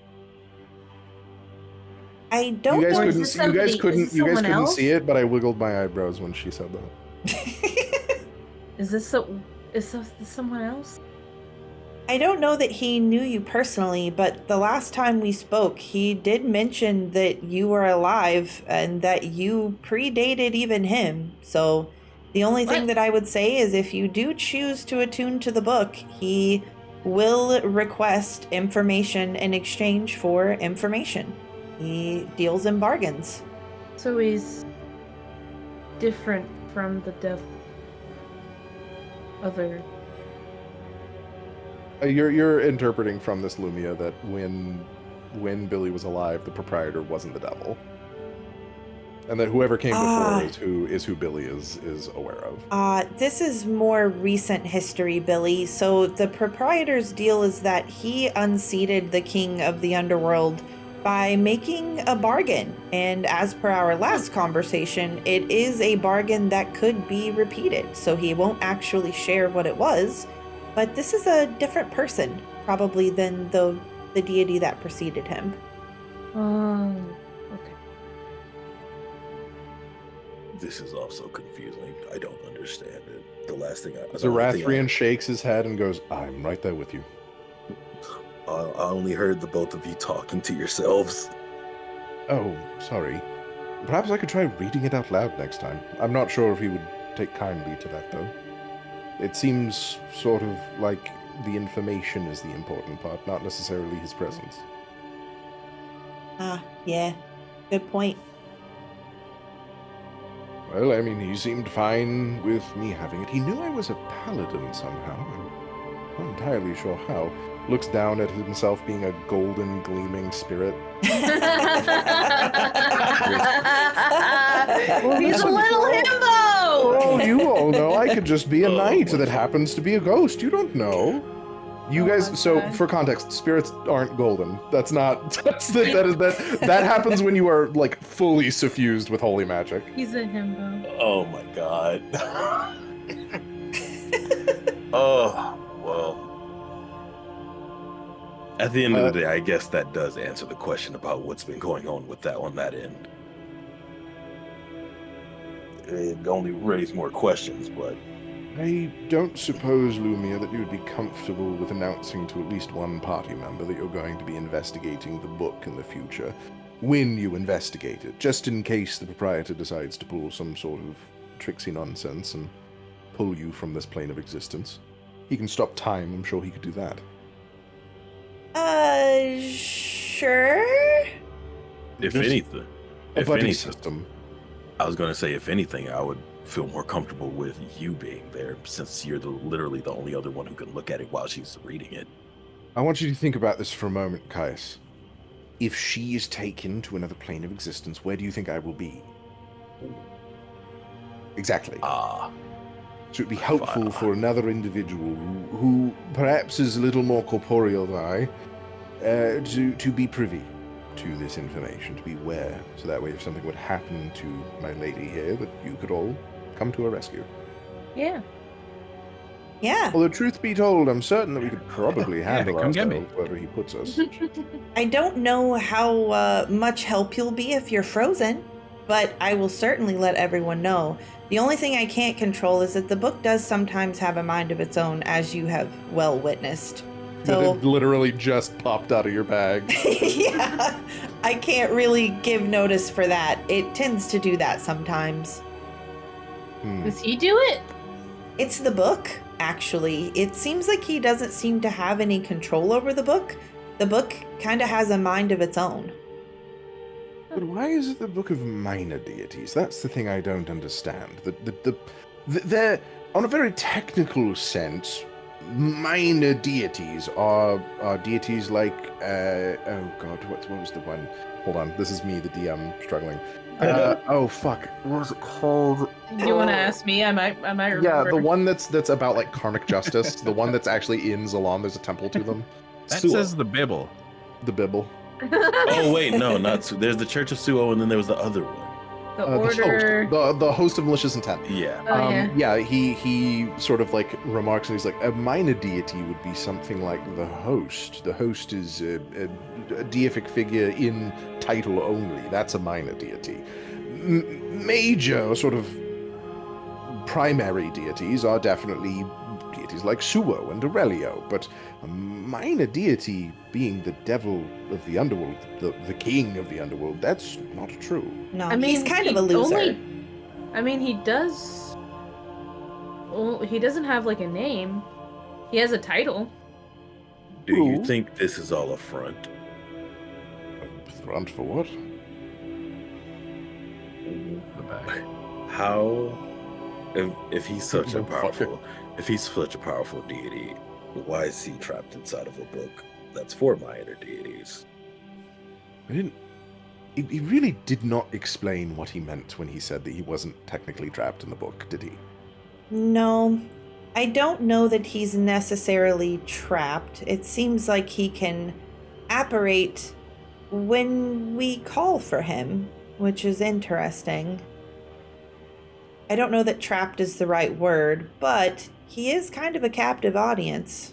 Has he given you any information as to why it is that he's got his stances in this book? Why is he here? Why doesn't he simply walk amongst serendipitous?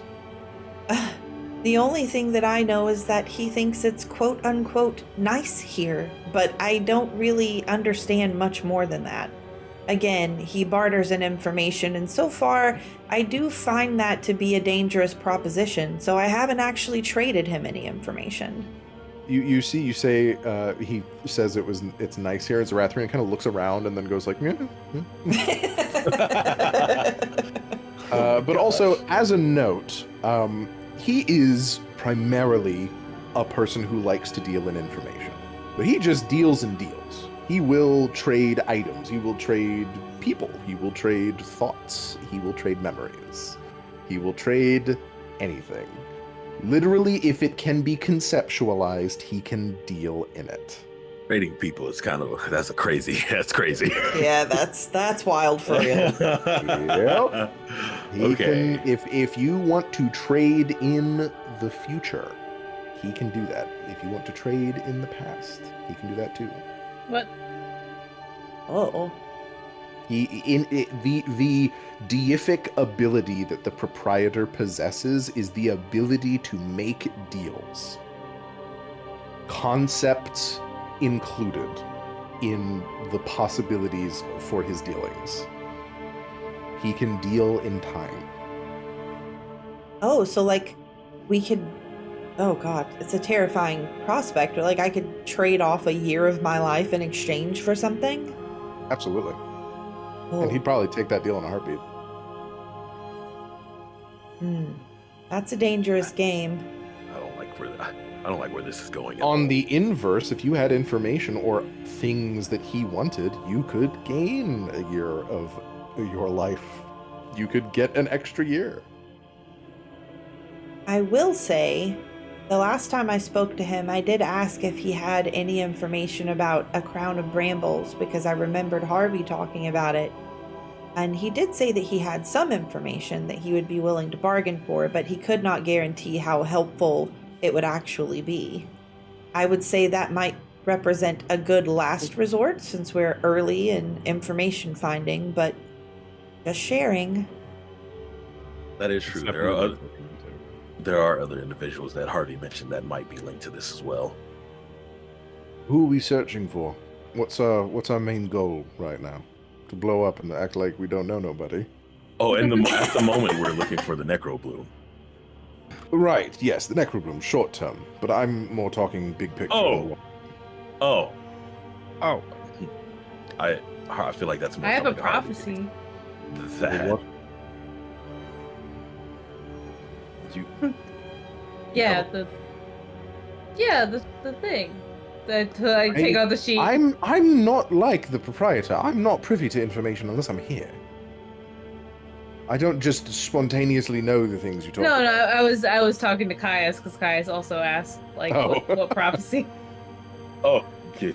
Sorry, it's been a long day. Yeah. What happened? Looking at the rest of you, and it's like, last time I was summoned, you were fighting monsters. What happened? It seems somber. And you've got a raccoon. And a seal person. Sorry, but I assume that is what you are. Life comes at you fast, Xirathrian. We're moving past it. All right. He nods, and he's like, you seem prickly. I will let it be. Lumia leans over and whispers to Xirathrian, I'll totally tell you the tea later when we get back to the inn. He seems totally down. He's like, okay. Oh my god, we're gonna have slumber parties! Yay! We can braid each other's hair! Does he have long hair? He's a dragonborn. He doesn't have hair. I'm gonna put bows on his horns. Braid his horns. He can have like dragon dreads. He has spines. Dragon So the dreads. actual Dragon dreads. Mini, the way he looks is that he has a pair of what looks basically like ram's horns that are on like the sides of his head. They come like backwards and then down and around and under where you would imagine his ears would be, right?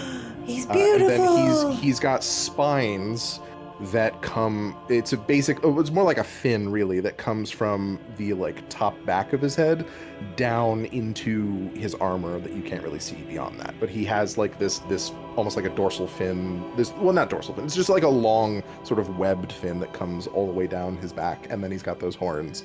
And he honestly has very sort of like blunt features. The way that his snout is not very sharp.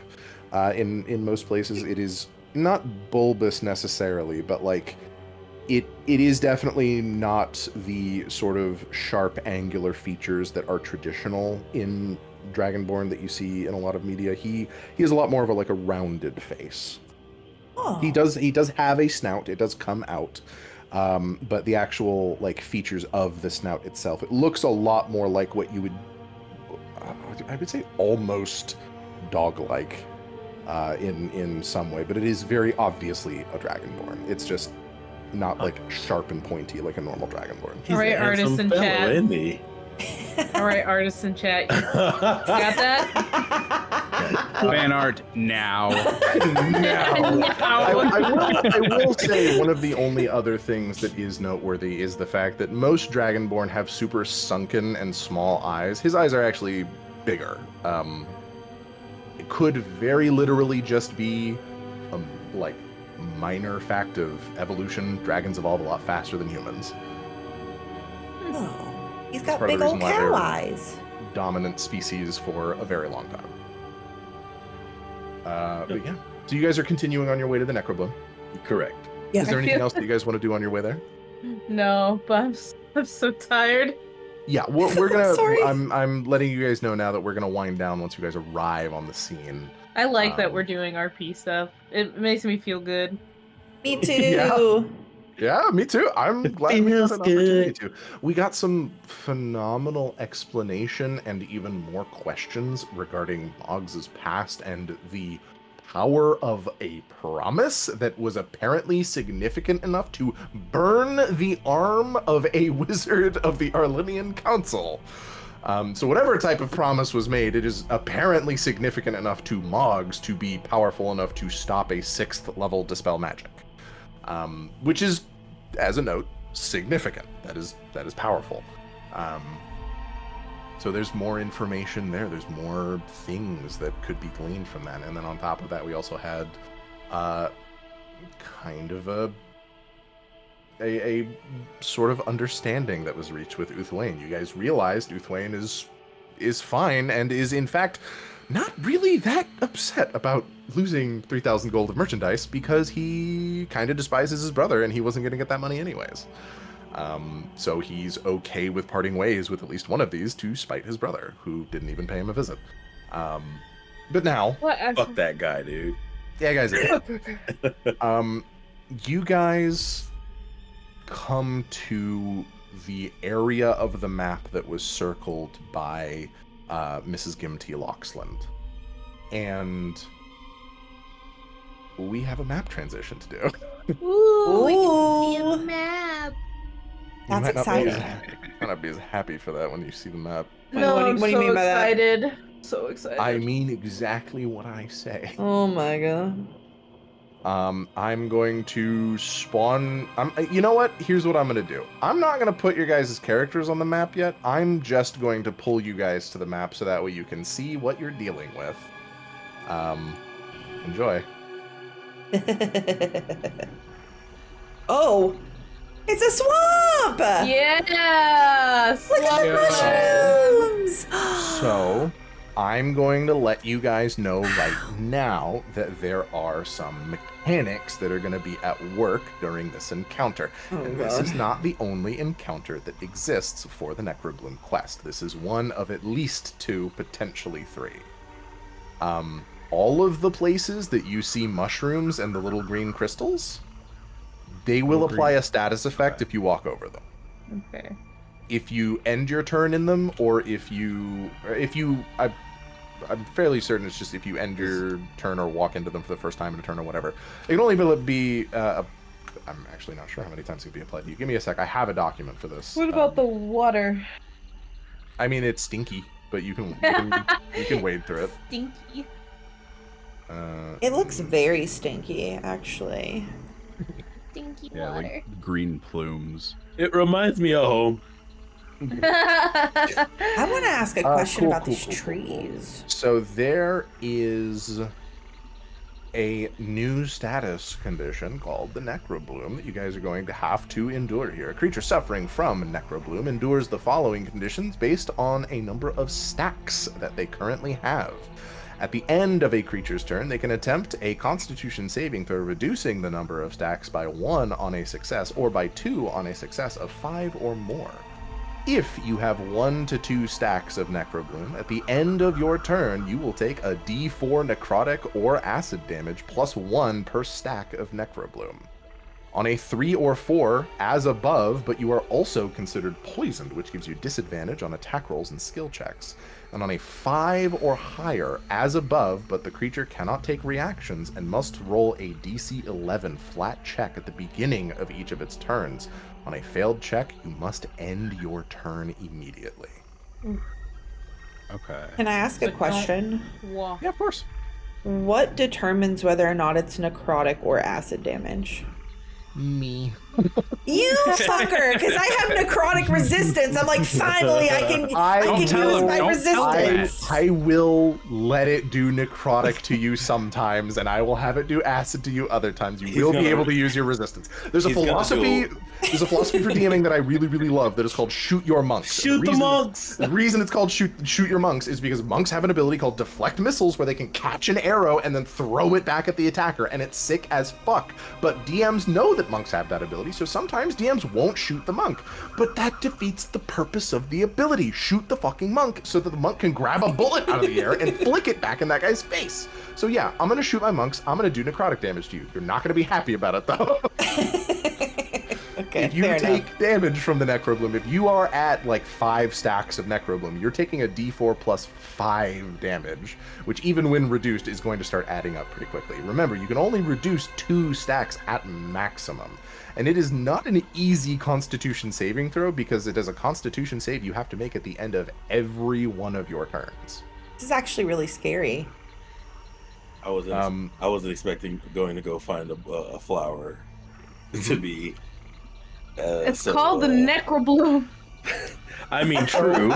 So you guys do, I'll go ahead and say, you guys arrive in this place. Right. You reach this sort of cusp, and there is a stark contrast between the swamplands behind you and the swamplands in front of you. Walking. Swamplands behind you are very naturalistic, teeming with life, all kinds of chirping and crickets and so on and so forth. And then you step forwards and you start to hear bubbling muck and pus. You hear nasty sounds as you are like looking into this. You hear what the fuck out of me? Harvey's shit over there. He's joking earlier about. Okay. That was me. Sorry, Brimstone. My bad. You hear god-awful noises of this sort of bubbling popping up from tar, and you see the trees here look sickly and dying. There's pus oozing from these trees, and you see these mushrooms and the glowing sort of like green energy. The crystals themselves are just there to provide the green glow, just as an FYI.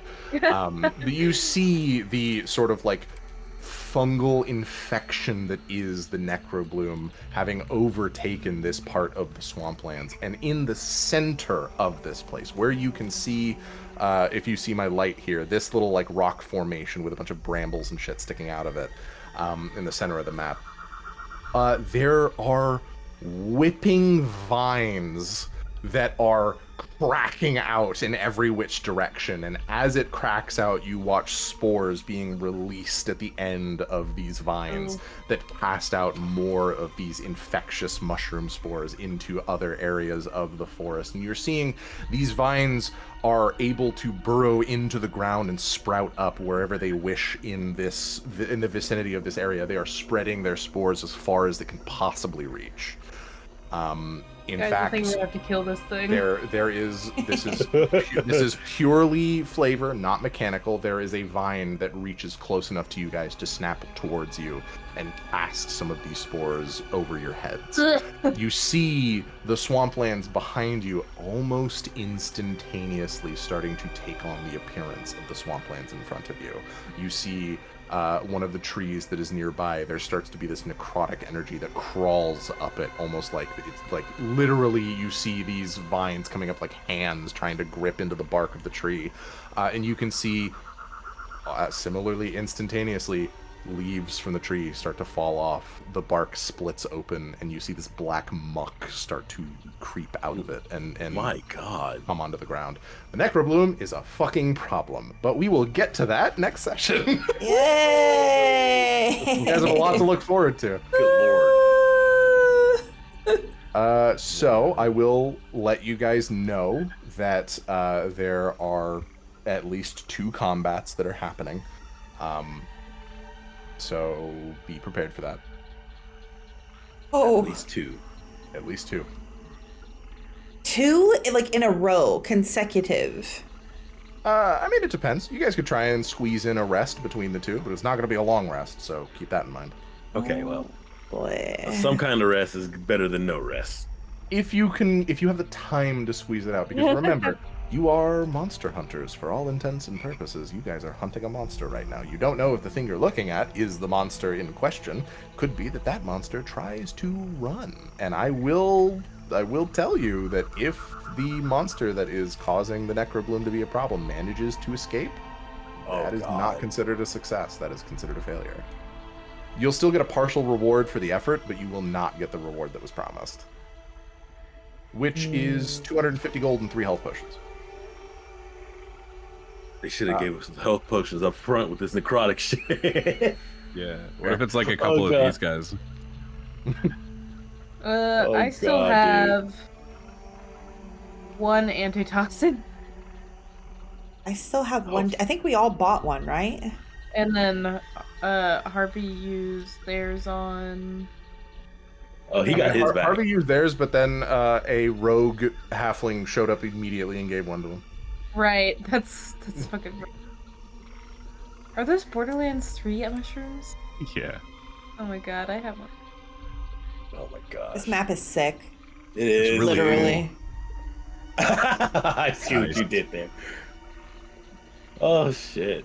Oh. Well, I think you guys definitely have a lot to look forward to for the next session. Oh, That yeah. being you There's guys are getting a lot of information, into the dude. thick of combat. I need to figure out where it is that I'm going to allow you guys to deploy on this map, because combat is starting pretty much immediately. My assumption is always that you guys are deploying on the southern edge, and like that's kind of it. So we'll cross that when we get there. Obviously, this map is very busy with a lot of stuff happening on it. There are trees that do block line of sight as well as providing cover. These little trees, literally all they do is prevent you from being able to move through that square. And then, of course, the mushrooms. I still need to figure out like 100% what I want to do in terms of like the specific mechanics of the mushrooms. But it's going to be one of 2 things, where either one of them is for every square you move through a mushroom in a turn, you need to make a proportionately larger saving throw, potentially taking 1 or more stacks of Necrobloom on a failed save. Or it is literally patches are like, this counts as a patch, and if you move through a patch, you immediately get 1 stack. It's Probably either a gonna good thing be- we didn't start this session then. Yeah, oh my god. Yeah. Will the tree tentacles whip me out of the air? They can reach you. I'll tell you that much. The creature that in this fight at least is designed in such a way where it effectively has a fly speed. It doesn't in flavor have a fly speed, but what that will be represented as is literally a massive fucking vine comes up and reaches you. Well, let's hope they're clearly marked on the map so I can steer clear. I think that I can oh god, I don't want to have to do this. Hold on. I can represent them with this. It's gonna be this What's thing. it gonna be? Hold on. Oh, What It's are a you about to legend. show us? There you go. I know what it is. Oh, Oh, well, that looks accurate. Like it reminds me of Don't Starve, like the tentacles in the swamp area there. It's supposed to be a vine, and I don't think I have. I've seen that Hey. online somewhere before. I'd shut Oh the my fuck god, up. I knew it was coming. I know. You fucking You nasty boy. dude. I have a question, and you don't have to answer this, or if I have to figure this out in That's character. 9.5. Do you see the smoky green stuff? That's Is not that like- a mechanical thing. That's just for. Okay, I was wondering All right, about that just too. wanted to make sure about these gas clouds. That's super fair. I'm glad you asked. Let me go ahead and show. This is what the map looks like without it. Ah, gotcha. And I'm follow sure that you can see with this, it does look pretty fucking sick. I can also do that instead if you wanted. No. Any of the tiles that are touched by mushrooms, right? Yeah, any of the tiles. You'll even notice including like this little bit and stuff. Yes, you'll notice that they are actually divided literally like they are in square patches. Like this is a patch and then this is a patch, but there's nothing here. If it were going to look more natural, it would probably be in like a curve all the way up. The way it is square by square by square. So as long as the spacing is nice. Yeah. I didn't want it to be. This looks amazing. I didn't want it to be super punishing. Really, what I was. Part of this is for Billy, because I was aware that she had a swim speed at the very least. You can kind of avoid a lot of the nastiness of the Necrobloom stuff if you're willing to wade through the water. Most of you don't have a swim speed, and as a consequence, you will be moving at half speed through the water. It'll cost you double movement to move through there. But as you can see, most of the Necrobloom stuff is literally like take a body of water and then make an appendage off of it. So now if you want to go from here to here, you either go through the water to get there, or you go not just around the pond, but you go around the pond. Would you allow me to jump it? There are rules for that. As long as the rules say D&D 5e jumping. Movement, high jump and long jump. Traveling pace, that's not what I'm looking for. Jumping. Long jump. When you make a long jump, you cover a number of feet up to your strength score. If you move at least 10 feet on foot immediately before the jump. When you make a standing long jump, you can only leap half that distance. What is your strength score? My strength score, like modifier or score altogether? Score. 18. 18? You cannot make the jump. Damn. But I mean, you can make it to like to this square or to this square. You can make it to those two. Okay, well, my strength is 6. Hold on, let's take a look. Let's see. There we go. That's pretty cool. You're so That's so funny. That's so strange. I did a 30-foot vert, but can't jump that. Yeah, it's because high spells.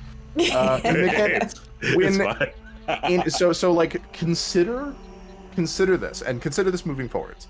Yes. When we are out of combat, I will let a natural 20 break things. When we're in combat, most of the time a natural 20 is going to give you extra damage. Understood. Unless you have a really creative thing that you want to do. Like if you decide that you want to fucking like use one of these vines to Tarzan on one of these trees, like sure, that sounds fucking sick. Might take a couple stacks of Necrobloom for interacting with the vine, but as long as you're willing to incur that, yeah, absolutely, make that check. Man, I wish I was level 6 now. Level 6, dude. Wait, right. What level are you guys right now? You're level 4? Yes. 4. Good. You had to double check.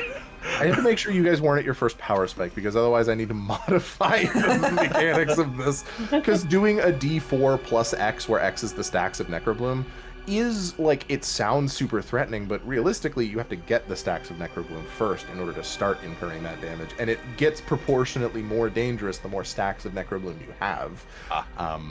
Like to the point where it becomes truly debilitating after 5 stacks of Necrobloom, because you already have disadvantage on all of your shit.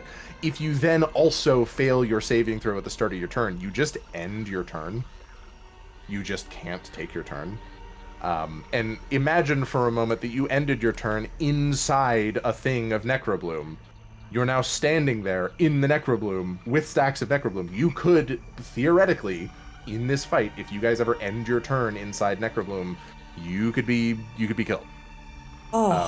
So please take care. I have designed I want to talk to you about that. Yeah, what's up? Yeah, now you I want want to to talk to you about that. You want to talk to me about what? What do you want to talk to me about? The whole death thing, you know? You don't have the Well, big britches anymore. Death and dying? Yeah. Is it? Is it too late? Dude. Oh, that's like I'm here now. Listen. Listening. I am here to give you guys a good story. if you want for your characters to be mortal, I will promise you not to just fuck you if your character dies. That is not what I am about. It is not conducive to a good story for your character to die and just be gone, and that's it. And that's all we ever get from that character. Imagine from a story writing perspective, if you were reading a novel and you had a protagonist and that protagonist died partway through and they are never brought up again. That sucks. So we will have a conversation upon a character's death if a death does occur, which I promise it probably won't here. This is not a combat that is meant to try to kill you. It's meant to challenge you. Famous last words. Hey, man, I know. rolls. Listen, yeah, the rolls will speak volumes. Like, I can design and design away, but the moment that you guys roll multiple shitty rolls in a row, there's not much I can do. Man, I can't believe Mogs got spared from execution, then immediately died to a mushroom. I mean, the benefit you have is Webby immune to poison. I don't. Is she considered a construct? Charmed, exhaustion, poisoned, and poison damage. Poisoned and poison damage? Okay, so this is technically necrotic and acid damage, but she's immune to the poison. If she's immune to the poison, or if she's resistant to poison damage or immune to the poisoned condition, then stacks 3 through 4 don't do anything to Webby. It's called the Necrobloom because it's technically magical and not all just a disease. So it can affect constructs. I just wanted to check to see if they had any immunities or resistances. So, like, what would necrosis do to Webby? I don't know. Just like rust or something? Probably. Okay. We're gonna find out. Webby is super technically partially biological because there's a monster core in there. Monster core is a biological thing. Well, oh, that's as far as true. you guys are concerned. And she was made from a spider corpse. It's true. It's true. There are elements of the chitin and exoskeleton there. Is it a chitin for a spider? I don't know. All right, gamers. I'm gonna find somebody to raid, and then Yeah, I gotta end stream.